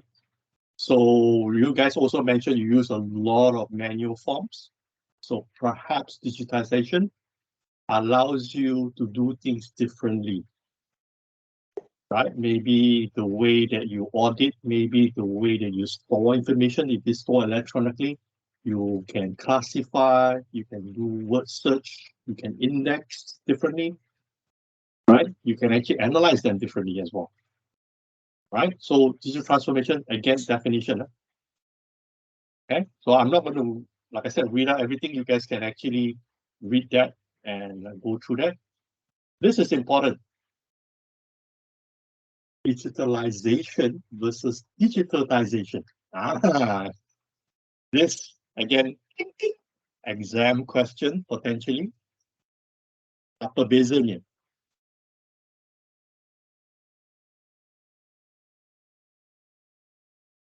One is moving from analog to digital. The other one is changing the way we do things. So there's two different definitions there. Please be clear. Again, watch out for the spelling. Digitalization and digitalization. Ada bezanya sikit. Okay. Digitalization Right. and Sorry, come again. digitalization and what? Digitization. Digitation. Yeah. Digitization. Okay. Digitization. Okay. So anybody can give me an Spell. example? Anybody can give me an example? Give me an example of how BCA is doing digital transformation. I'm sure you guys have a lot of examples per se. If you want, how do you change the way BCA do business? Or this happening now today? You guys can check. Banking. Very good. Apa lagi? That's only one. Can only be one, right? Irfan, Semangat ada lagi? pikir yang lain. Aduh, banyak lagi dia pikir. Dah habis-habis ni. Pusing, Pak. No, seriously, you guys need to start thinking, because if the exam comes, or if you're actually sitting for exam, or if somebody asks, how are you guys doing digital transformation? you should already be aware what BCA is doing to do digital transformation. Like I said, that's just changing the way we do business, changing the way we do things. Versus the digitalization, which is the manual, moving to digital part, I think that's very simple, right? So you should list out 2 or 3 examples in the BCA context today, how you're doing the digitalization and the digitization. Okay, now, please remember, one is the change of the mindset or the change of way of doing things. One is actually changing from a manual analog to a digital format. Okay, so if you look at your various functions you guys do, whether it's release, whether it's QA, whereas service level management, there should be a change in that sense. Okay, let's look at the next slide. It's a high-level standard kind of a template. Then when we talk about digital transformation and IT transformation. So if you notice, there is a couple of models of how this is being done from IT perspective. You have examples of 3 models that we will go through. Now, the first one, let's go through the first one. IT management, business management. Okay, so it starts off from IT side. So IT may say, hey, but we want to go to change from this process to that process. Okay, so that involves certain resources, certain products and services that IT looked at it, and they work with the business. They say that, hey, we want to change, or we're going to recommend you to change this because it's actually more efficient in that way. Right? So that's one way of looking at it. Any questions so far? Looks a bit confusing. Okay, nonetheless, let's go through. It will be very, very easy. When you look at the model 2, whereby the business is the one that actually requests the IT to say that, hey, from business perspective, right, we want to expand into e-banking, for example. IT, please come up with a mobile app because I want to go e-banking, right? Because nobody has done it, or BCA wants to be the first one in the market to do it. Can you please prepare? So I think we need to figure out, okay, how do I do e-banking again? Okay, what are we talking about? Mobile apps. Okay, how do we actually get that done? Do I need developers? I need to understand the gateway. How do we pass data between the front end and the back end and all that? Whereas the model 3 is you co-create, that means the IT and the business sit together and say, we will do this together. We will create this new product or services together. Okay, so there are 3 models, as I said, we will actually run through them. And the one that's recommended is actually the 3rd one that will become what we call a digital transformation, when IT and business work hand in hand together to actually create that. Okay. So this is the 2nd model that we just spoke about. Okay, I'm just going to quickly, briefly run through that so that you have an idea. Right. So for this slide, it talks about how the IT changed itself, right? How you become a centralized service, or as you move through the different model, whether you are a service integrator, that means you say, hey, John, I don't do this from BCA IT. I'm going to get other partners into our IT ecosystem, like Google Cloud Platform, Azure, or maybe I invite another service provider who actually develop a payment gateway or a service provider of sort to actually become that service integrator and move to a model whereby I integrate everything. Okay, so what this slide, if you want to read it right, is just the various operating model of how IT works. Now, BCA can be moving from one model to another. There is no right or wrong model. you guys need to discuss with your business to see what would suit BCA today or what we need to transform or move to in the next future. Okay, so at any one time, organizations will move through this model.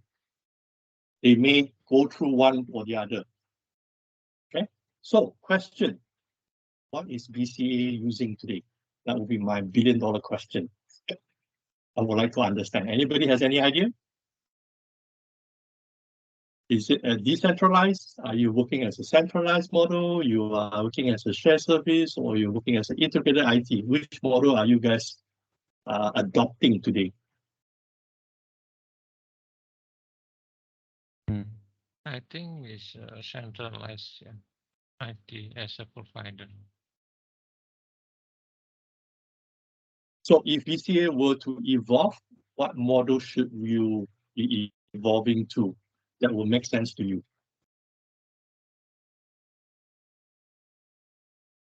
Something to think about. You could continue to stay with the centralized if your BCA feels strongly that, hey, I want to have central more control. Or you might say, John, actually, all these things are commercialized already or commoditized already, right? I want to actually not focus on this. I want to spend my time on my core banking stuff, all this IT stuff. Maybe I want to get other partners to provide certain services, which you can move to the IT as a shared service integrator. That potentially, I think, what BCA can consider, because it has its advantages as well. Actually, we have the IT is centralized, but the business unit don't have IT services. But we have part like mini company. Mini company is integrate with the IT and the business as a product owner of this business. This is like a functional team, yeah. IT So that collaborate will with the be IT as a shared service integrator eventually. That's the direction that we are moving towards. Am I correct, Pak? IT still in central, but for the business perspective, business integrate with the IT, become part of IT in a mini company. Okay, so that means could be the last model on the bottom, which is the integrated IT, right? Yes. Okay. Each model has its own pros and cons. Like I said, there's no right or wrong answer, depending on what the business needs are. Okay, but as a general trending, just to share, a lot of companies have moved to IT as a shared service integrator. Now, BCA may be a little bit unique. You have actually moved into the integrated IT. There are companies that move into that model as well, but there are, like I said, pros and cons depending on it. There's no right or wrong answer. Now, the first one, which is the decentralized IT, there are still companies that does that. There's no right or wrong, but I see very, very few companies do the decentralized IT these days. So you just need to be consciously aware as you guys look at it, right? Put in the context of BCA to say that we are now centralized service. We have some of it in integrated IT.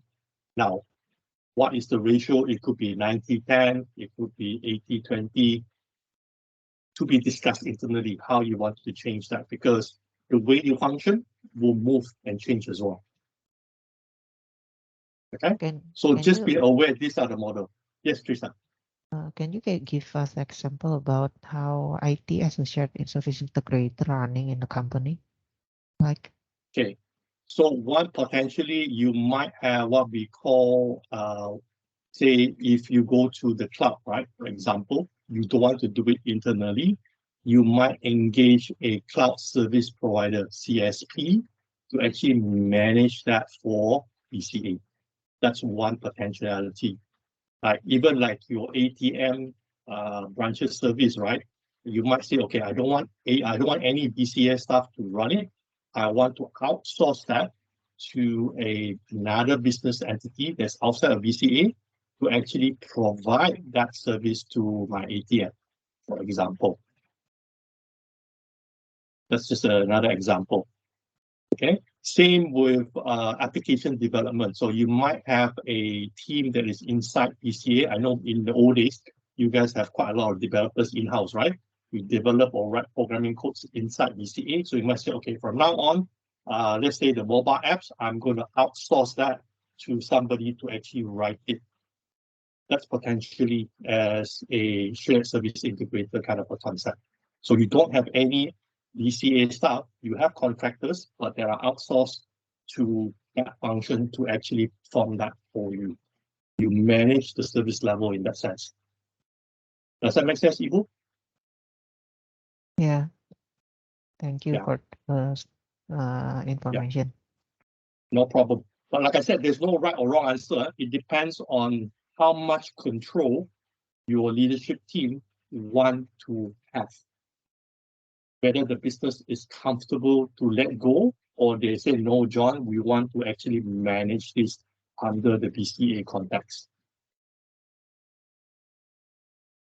Okay. This is the same with the DevOps concept, the integrated IT. Yes, very similar. So if you've done DevOps, you probably see that, hey, John, this is very familiar. Actually, it is. Yes. Yeah.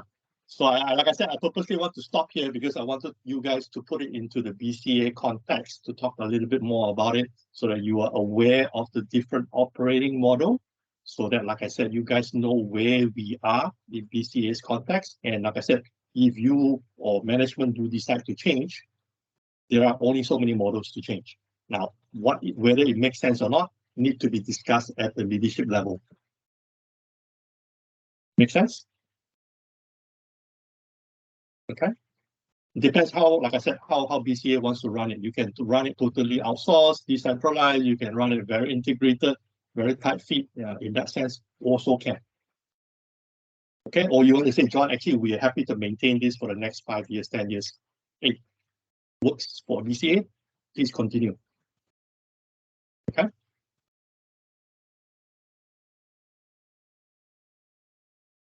This slide here, this table, talks about the objective when you actually do high velocity, right? From management perspective, typically they will ask this type of question. They will talk about what are the things that we need to invest, how fast you can get it off the ground or deliver that to the marketplace. What are the things that we need to manage or change? And can we co-create with the business? Or we can actually comply to some of the governance rules. So this is just a quick table, nothing to worry about, but just read that. Okay.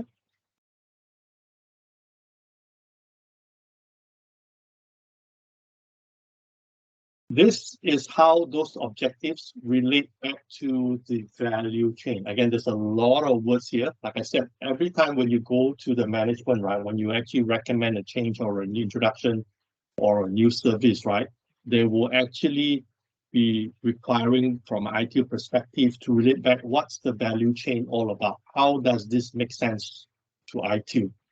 Okay, so that paragraph that you're seeing on screen here, they talk about like the investment, the decision needs to be made. They talk about how fast we actually get it done. You know, is it the right thing to do? What are the changes needs to be done? And like I said, the governance part, do not compromise. ITIL never asks about us to compromise on the governance. You need to actually make sure if your central bank says that you need to do these things in a certain way, meet a certain standard like the PDBA or GDPR kind of standard, you need to make sure you comply. Please do not negate that. Okay, so I'm not going to read that. That's just an explanation of the table itself. Now, the one that is important to know, this is the diagram that explains all the factors when you do consider what we call an economic perspective. So the things that we talk about, how fast it is, what are the things that we need to actually do, what are the resilient operations that we need to change, how do we co-create. Again, this is a big word. Co-create means that not IT is the one to say, oh, we go cloud or we do blockchain or we do this and that. No, We actually have to sit down with the business, talk about what the business needs and how do we use the technology to create the value. Okay, and we need to maximize the benefit in that sense. That's what this diagram is all about. Again, just putting it together to say that we need to work with the business. Okay, high velocity. This summarizes it as a diagram. So they're talking about the concepts of using lean, agile, the resilient, the continuous improvement part, and the central, like I keep saying, the co-creation. Okay, ITIL always talks about driving the business, driving together with the business. IT is no longer a cost center.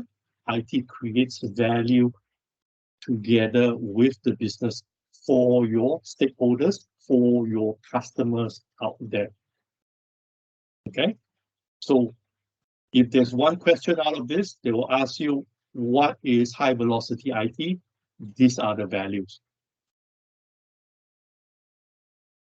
Okay, so again, co-creation is very, very key. It's one of the core concepts in ITIL high velocity itself. Do not go and do things on your own as an IT guy or a department or a team. You need to involve the business together to say, hey, this is the new stuff.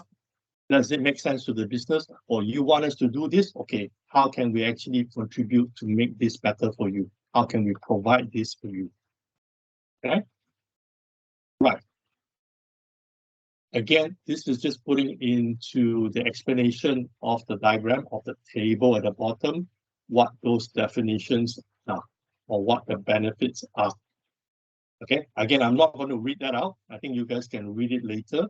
How does it help? Of course, we will talk through examples of that as we go through. Okay, quickly. Characteristics.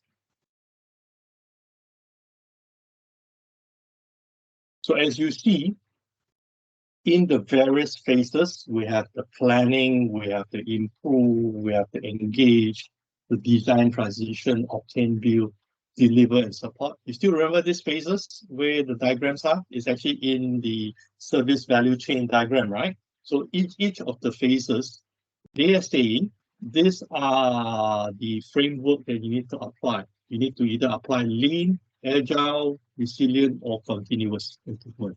So that this table will actually tells you at that phase of the ITIL 4, what do you use?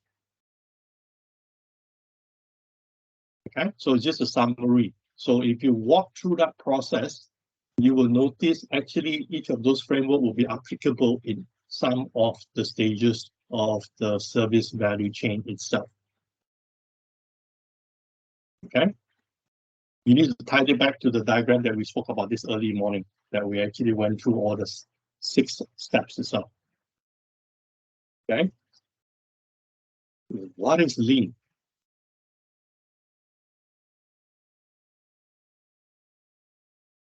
We spoke about this morning. Where did I say lean came from? Anybody still remember? Dari mana nih lean? Where did it come from? Still remember? Fabric. Come again? Manufacturing. Manufacturing. Yeah. So what is the objective of a manufacturer?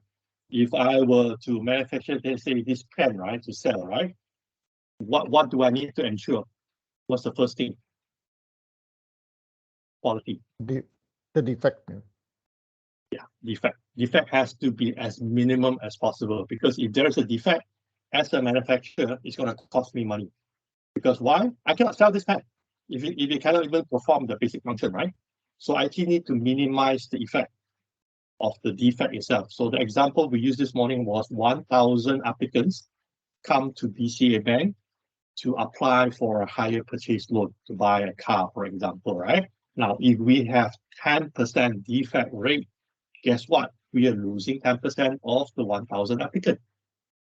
Is that acceptable to BCA? I would say absolutely no. You're losing 10% of your customer, right? Because why? They could be processed wrongly, there was some error, we rejected the loan for some reasons, right? Which is not within the correct category. That's something that's not acceptable. So minimizing the defect, especially from a lean perspective, is absolutely key. And if you know lean, they will use this thing called the Six Sigma system to actually measure that. So because from a manufacturer perspective, they want to reduce the defects of the item, let's say this pen, right? And then they actually want to be able to sell as many functional products as possible.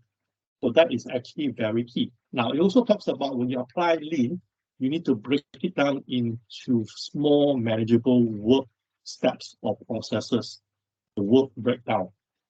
Okay, so if you look at that, right, there's also things like what we call the waiting time. That means department A or business unit A process it and pass it to business unit 2.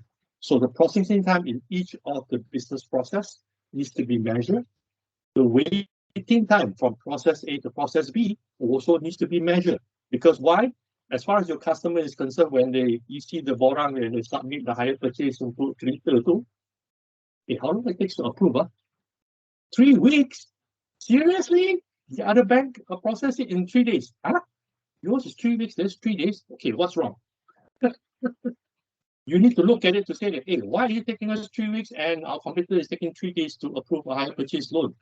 Where is our gap? Why are we losing customer in that sense? Okay, so all this, when you apply lean, you need to look at it holistically to say that, are we working faster? But again, please do not neglect the compliance process. If you need to check certain things on your compliance, please make sure you fulfill that. I'll give a good example. In Malaysia here, we have this one of the e-wallet app, which I install on my phone. They call it the Touch and Go e-wallet. So I was quite curious a few months back, earlier this year, so I actually tried and activate it. And I thought traditionally, right, when you activate a bank account, right, you actually have to go into the branch, you have to show your identity card, you have to validate who you are, right? Whereas this one, it was quite a pleasant one, because why? They said, hey, John, you can actually activate it by taking a photo of your identity card. I'm like, okay. Then they said, oh, please take a selfie of yourself. So I actually did. Less than 3 minutes later, I have the account open and I can transfer credit from my other bank into the e-wallet, and I can already go to the coffee shop, the cafe, and bought myself a good nasi lemak with a teh tarik and paid using the e-payment. So it was quite convenient in that sense. So when I look at it traditionally, if I were to open a bank account at a traditional bank, that's probably take me at least 2 hours. Whereas this was done in less than like 10 minutes. Okay, so if you apply lean, right, that's something that you might want to think about to say that how do we use this concept? How can we make the process simpler, but still comply with compliance? Okay, does that make sense? Any question on lean? Like I said, it's a very, very manufacturing-centric kind of a concept, but it will apply in any industry as well if you look at it carefully. There is advantage of applying lean. Okay, so I just want to recap the processing time of each business unit, the process itself, the waiting time between process, okay, and overall, how do you reduce the number of defects? Those are the key things on lean that you need to remember. Okay, anybody done Six Sigma, yellow belt, green belt, black belt? No? I recommend you guys to do that, at least a green belt if you can, to work on a project to do this kind of measurements. Like I said, it's not just applicable to manufacturing. Even your data entry, your marketing data, your so-called batch processing, all that sort of stuff. It's actually quite an interesting process to learn. Okay, do that. Right. So this is the value stream. So we talk about the work order that comes in and goes through the right-hand side, which is the product and services that we offer. So we'll use back the example, applicant applying for hire purchase loan, nak beli kereta, for example, pinjam duit lah, okay, pinjam duit to beli kereta. So what are the process in between? Who process it? how do we actually flow through that. So if you do a business process mapping, you map it out, you can actually use Lean to apply that in that sense, the things that we spoke about. Okay, same if you guys are doing incident management, if you're doing release management, that process, yes, I know it's defined, but you need to look at how fast are we doing it? Are we doing it efficiently? Those are the keywords. Are we doing in compliance? Those are the questions that we need to ask ourselves. Okay, any questions so far? You got the concept of Lean? Can apply when you go back on Monday. Look at your process. Like I said, it's actually quite a powerful tool. Okay. Anybody use Kanban board before? What is a Kanban board? Anybody done Agile? No? Yes, I see a few people nodding. What is a Kanban board? Well, basically a Kanban board. Let me explain. I'll put you a picture. So on the left-hand side, the most left-hand side, you would have what we call a backlog or a list of activities that you need to do. Very simply, simple English, a list of things that you need to do. So you may have 10 items. So when you use a Kanban board, you will look at that 10 list of items, the to-do list, and then you start pulling it. This is actually can be on a whiteboard. If you are in a physical whiteboard, you just draw the table, the lines. Or if you are using a digital format, you can use a mural with a template, or you can use things like Azure DevOps, which they actually have the Kanban board itself. Okay, so it's an electronic board. It's on a SharePoint portal. It's on the cloud. Anybody can access to it. But traditional, being me, I love a physical board. So you can actually have a whiteboard or a physical board in your office or on your desk. You can actually put that up. All you have to do next is to draw the lines, like the table, just like what you see on the slide. And then the first one, like I said, on the left, is the task or to-do list. So what you need to do next is actually use the yellow sticky note or choose whatever color you want. Maybe you have blue ones, you have pink one, you don't necessarily want the orange color or the yellow one, right? So you have those, you write it down. So each of the sticky note, you write, these are the 10 items that I need to do. That's the first column, to-do list.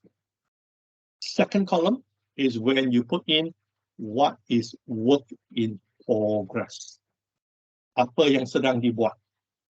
Okay, what I'm planning to do. So you might move the sticky note to say that, okay, for this one, I'm going to do today, for example, I'm going to do the processing of the hire purchase loan for 10 records or 10 applicants. So you're going to put that in the work in progress column. That's the second column. The third column, at the end of the day or the next day when you come and re-look at it, you say, oh, I've actually finished the 10. So you move that sticky note to the completed column, okay, which is the third column. The fourth column could be something like a remark or something that you need help with. You can actually put that. This works well, not just for personal productivity tracking, but also if you work as a team. Does that make sense? So I'll repeat again. On the most left-hand side, the first column is your list of to-do lists.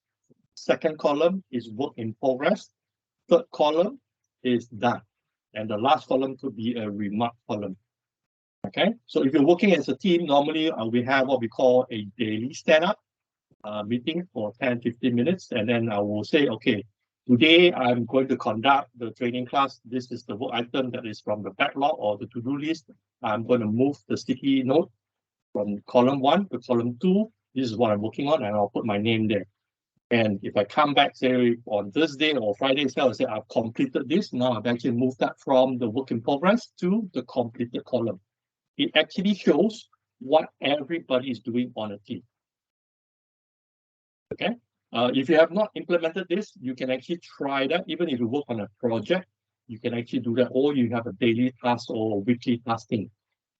Any question on Kanban? It's a Japanese word, by the way, if you guys are not aware. Okay. So try that out. Even for personal productivity, it's also quite handy as well because it helps you to remain focused what you are doing as in the WIP, work in progress, or what has been done that you set up as a key objective, say, for the week itself. Okay, of course, you can continue to add more stuff into the to-do list, which is the first column. Okay, cool. Anybody has done Agile? Is PCA using Agile? That'll be my next question. Yes, no, maybe, not sure. I see people nodding head. What will you want to explain? What is Agile? Anybody can help me? Share with the team. Those that have done. Agile is actually a new way of working whereby you have a small team, typically is 6 people, all the way up to maybe about 10 or maximum 12. You work on a specific project or a task. You actually use the Kanban as one of the tools to manage the workload, or should I say the backlog of work that you need to be done in an agile manner. What agile means is that you work on what you all agree as a team to complete within that short time frame. That short time frame in agile terms is called a sprint. A sprint could be as short as 2 weeks, which is 10 business days, to 4 weeks itself. Okay, so you need to actually complete all those tasks. Now, typically, this is actually in software development, or should I say in project or product management. They use this concept called Agile. Okay, now if you guys have not started in BCA to do Agile, this may be something that you want to look at because it's actually quite flexible. It's actually quite focused on the output in terms of a functionality. Okay, so compared to traditional waterfall, it may take 6 months, it may take 12 months before you can see any product.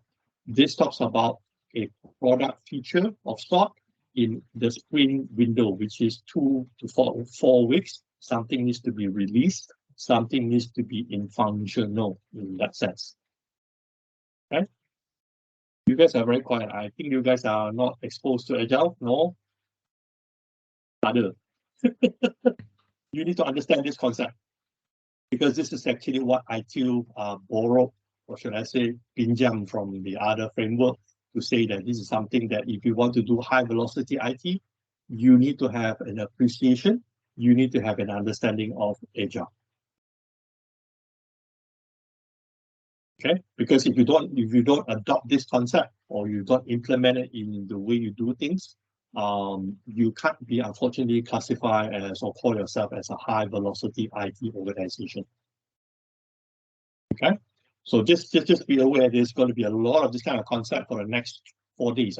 If you guys have questions or you've not experienced it, I recommend you to ask questions or do a bit of a read up as well. Okay, right, cause of delay. Definition. Ding, ding. Exam slide. Please understand the definition that is used here. It says benefits expected to be lost when the launch or update is delayed. Keyword, benefits expected to be lost when the update or launch is delayed. Definition slide. So this is the cause of delay. Okay. Now, if you guys have actually done anybody done any business case before? Business justification case? No? Well, you guys are very lucky. You don't have to ask your leadership team for money. You have to ask the bosses for money. I used to have to do that with my previous company. I have to ask the boss, can I have R1 million? They look at it. Hey, ubat hari ni? Salah ubat ke? Why R1 million again? I said, boss, let me do the business case for you. Let me explain why we need to spend the R1 million. R1 million again. Okay. Why are you asking for R1 million? Then of course, if I have a delay, they say, hey, John, you hutang me, why is this delay? You say it's supposed to be 1st of October. Now it's 15th of October. Why is it not launched yet? 15 days delay. You know how much it's costing our business? I kena jawab lah, kata explain lah. Okay, so my bosses always hold me accountable because in the business case, I will explain to say that if I invest this amount of money, and this is the earning that I will get. Now, if I have a delay, this is the cost of delay. Okay, so if you have not had a chance to do business case, something to perhaps volunteer yourself. It's quite an interesting experience to learn, to ask for money from the bosses. Okay, cool. Cost of delay, definition, exam slide. Right, resilient. What is resilient approach? Anybody understand what is resilient? When we talk about resilient, meaning what? Not sure. What is SRE?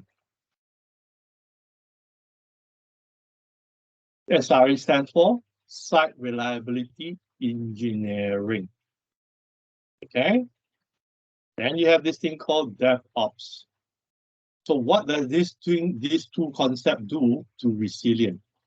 Okay, resilient in one simple sentence means that you need to ensure the function or the business continue to operate despite whatever problem there is. Okay, so I'll give you an example. If you have a power outage, how do you remain resilient?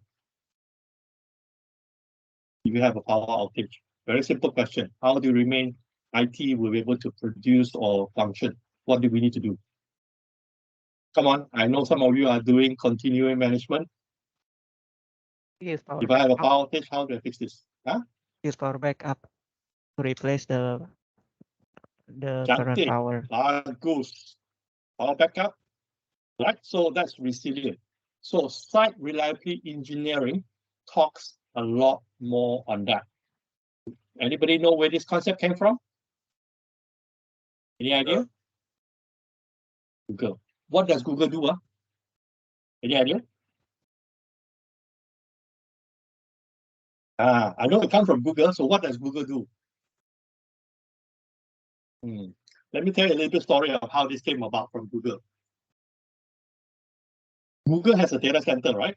Just like all of us have, right? Especially big enterprise, right? So where did Google buy their server from? Any idea? They buy from Dell, HP, Lenovo, who? Any idea? Actually, they didn't buy from any of them. They never buy from any of them. Google engineer actually went to the electronic market, the components market, and actually just buy the components themselves. They assemble the server or the machines that they need. They write their own core firmware. They write their own operating system on Unix. They never buy from Dell. They never buy from HP or Lenovo or Huawei or whoever that may be. Okay, that's when they actually work on this, they said, hey, how do we ensure Google continue to operate? Because we have all these services, right? Gmail, Google Forms, Google Sheets, and all these things, right? Or even the SharePoint portal that they put up on all the stuff, right? The search engine. How do we ensure Google continue to operate? And the fact that they didn't buy from Dell or HP or all the big brands that we talk about, right? So the engineer developed this concept called site reliability engineering because they focus on things like what is the mean time before failure rate. Mean time before failure rate. So say, for example, if you have the old technology, which is the IDE hard drive, right? We know that the hard drive has what we call a mean time before failure. What that means in simple English, if you switch it on and it continues to spin, after a certain number of hours, the component will fail. So the engineers, what they did was they wrote a little program to monitor how long has we used this component. Now, before it failed, they actually do what we call a maintenance to swap it out. So during that maintenance window, they actually swap it out. They actually continue to make sure the service is up.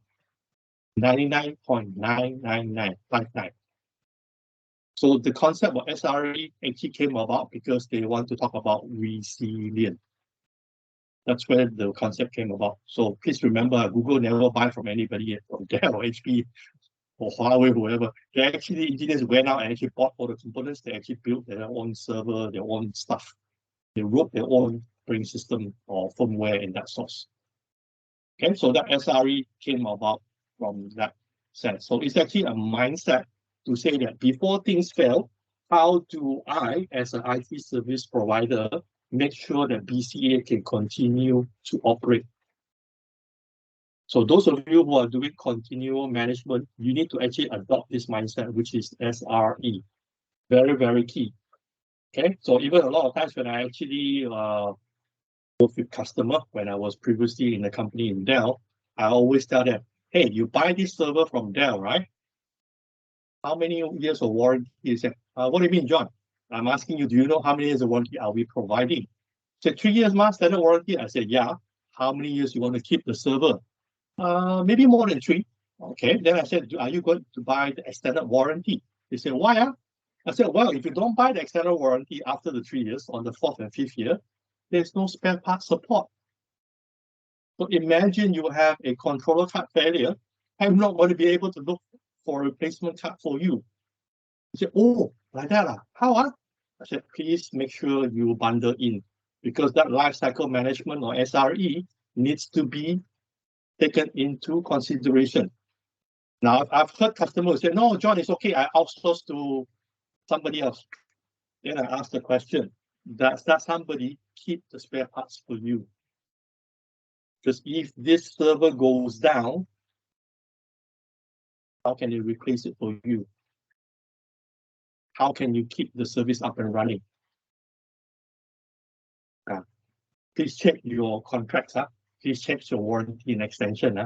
What is in there? So if you're doing continuous management, the SRE concept is absolutely key. Because the moment you power on the power, components are running, there is a mean time before failure rate. Just like later, manufacturer will tell you, John, kena buat service 10,000. You cannot run until 20,000, you don't change the oil, right? Doesn't make sense, right? Okay, so these maintenance schedules are designed for a reason. So SRE, very important concept. Please check your various components. DevOps. Now, DevOps is a continuous deployment, continuous integration, continuous in that sense. Okay, so these two concepts support resilience. Okay, so if you have not exposed to SRE or even DevOps, I recommend you guys to explore this, because these are key concepts to ensure your business will continue to function. Now, just now we mentioned if a power outage, you use backup, you use UPS. So my next question is, how frequent you change the battery? Anybody check?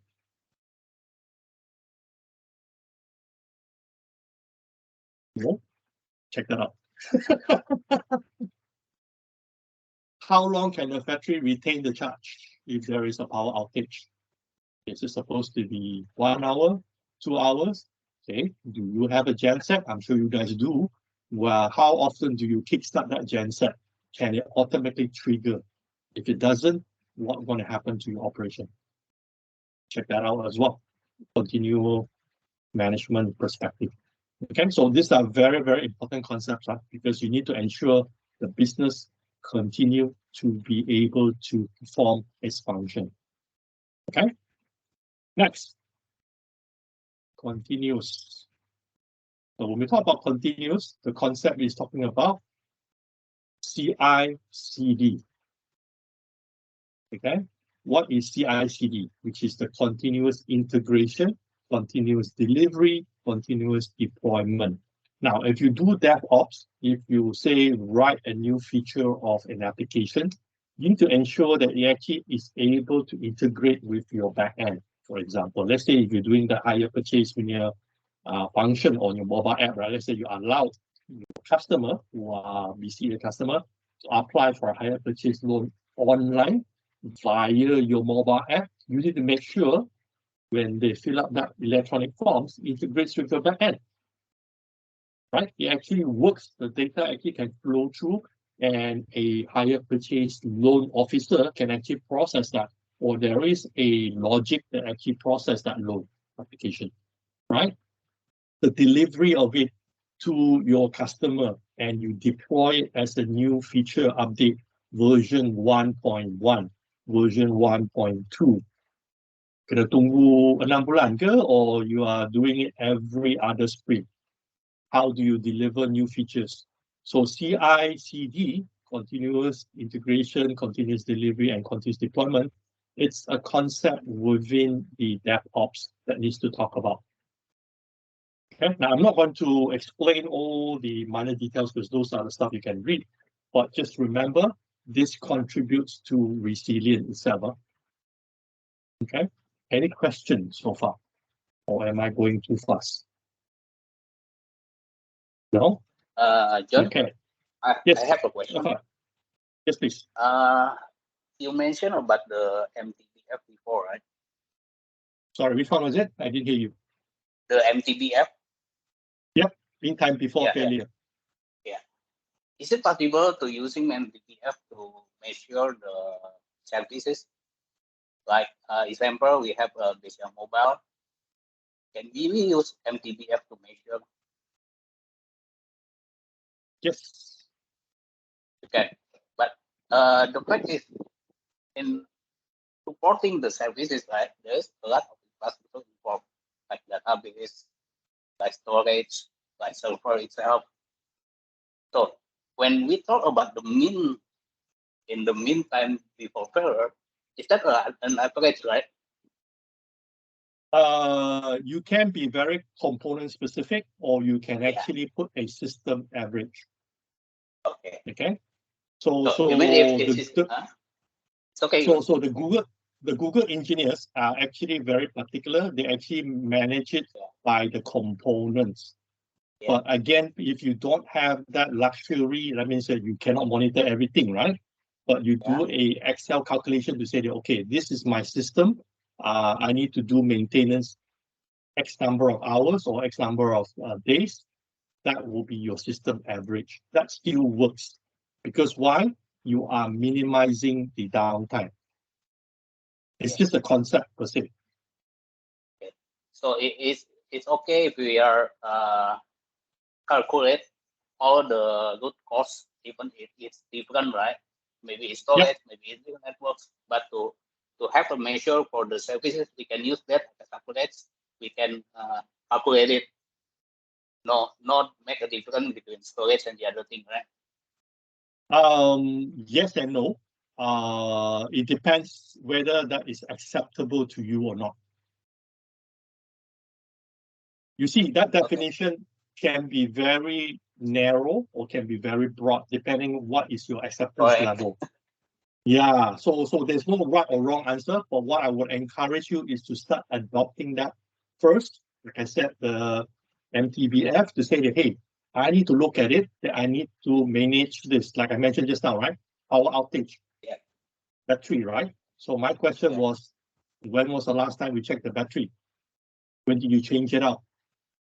What's the manufacturer's recommendation to change out the battery? So if you say, I don't remember, that's a warning sign. Yeah. You understand where I'm coming from? It's a warning sign from continuous management, because if you say, I don't remember when did we change the battery, if there is an outage now and the battery doesn't last, or if it doesn't kick off to the diesel genset, because we have not tested it, that means from continuous management perspective, we have failed. Yeah, understand. You understand the reason why I'm asking those specific questions? Yeah.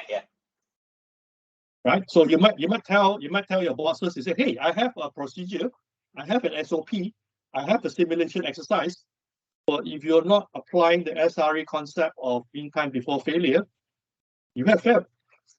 Yeah. I will have to say that we have failed as a team, because we didn't look at the details. Because a lot of time when I walk into the data center, right, it's all very nice, very fancy. When it comes to the continuous management, I always ask that silly question. Hey, battery bila tukar? Tak ada lah, bos. Tak tukar ni. Tak tukar. I start to panic. So you see now why I always do business case to justify to management to ask for ringgit 1 million or $500,000. And then my boss said, apa ni? Salah ubah lagi ke? But I tell them, I said, we need to change this because if not, when things happen, right? Hey, how come you are doing continuous management, John? How come you never suggest to change this? How come you tak jaga benda ni? Yeah. You understand where I'm coming from? Yeah. That's why the preventive maintenance comes, right? Yeah, it's the same with like the storage, right? You see from the storage, when do you need to upgrade or need to change that component, the NAS storage? Okay. There is a monitoring on the error rate on the storage, right? Yeah. What is acceptable to you? If you talk to an engineer, if you sit next to him, ask him to show you that, then you calculate the risk. That should give you an indicator, boss. I think I need another ringgit 1 million to change this. I'm serious. I'm not kidding. You have to go down to that level. Yeah. Because when things happen, guess what? We will get blamed because we are managing continuous management. Yeah. Okay. Does that make sense? Makes sense, John. Thank you. Yeah. So that's why some of this stuff I will share some of my experience because I've actually done it. I've actually kena before from bosses. Apalah tak bagi tahu. You yang jaga kan? You yang buat kerja ke? You tidur ke? I had it before, unfortunately, at an earlier part of my career lah. So it's actually a good learning. So that's why I'm highlighting some of this stuff. If you guys are doing it, please check. Even the escalation from your UPS, they send an SMS to you or a message, right? It's not even working. When was the last time we checked? Yeah. Is it sending to the right mobile? Hey, I've actually did audit, right? It sends correctly, but it's the wrong mobile number. The person that holds the mobile, guy resigned, already left the company like 6 years ago. Then he's like, why send to me? I don't work for BCA anymore. It happens, right? It happens. It happens. Okay, guys, I'm going to stop here. Let's break for lunch. I hope this is good discussion. Let's come back again at 1 o'clock Jakarta time or 2 o'clock Malaysia time. We will continue and sambung with the rest. Is that okay? Okay, though. Okay. Okay. Have a good lunch. I will see you later. Like I said, let's continue this dialogue. I like the questions and all the examples so I can give you specific so you know what to watch out for. Okay, so do that. Like I said, I got a lot more stories to share.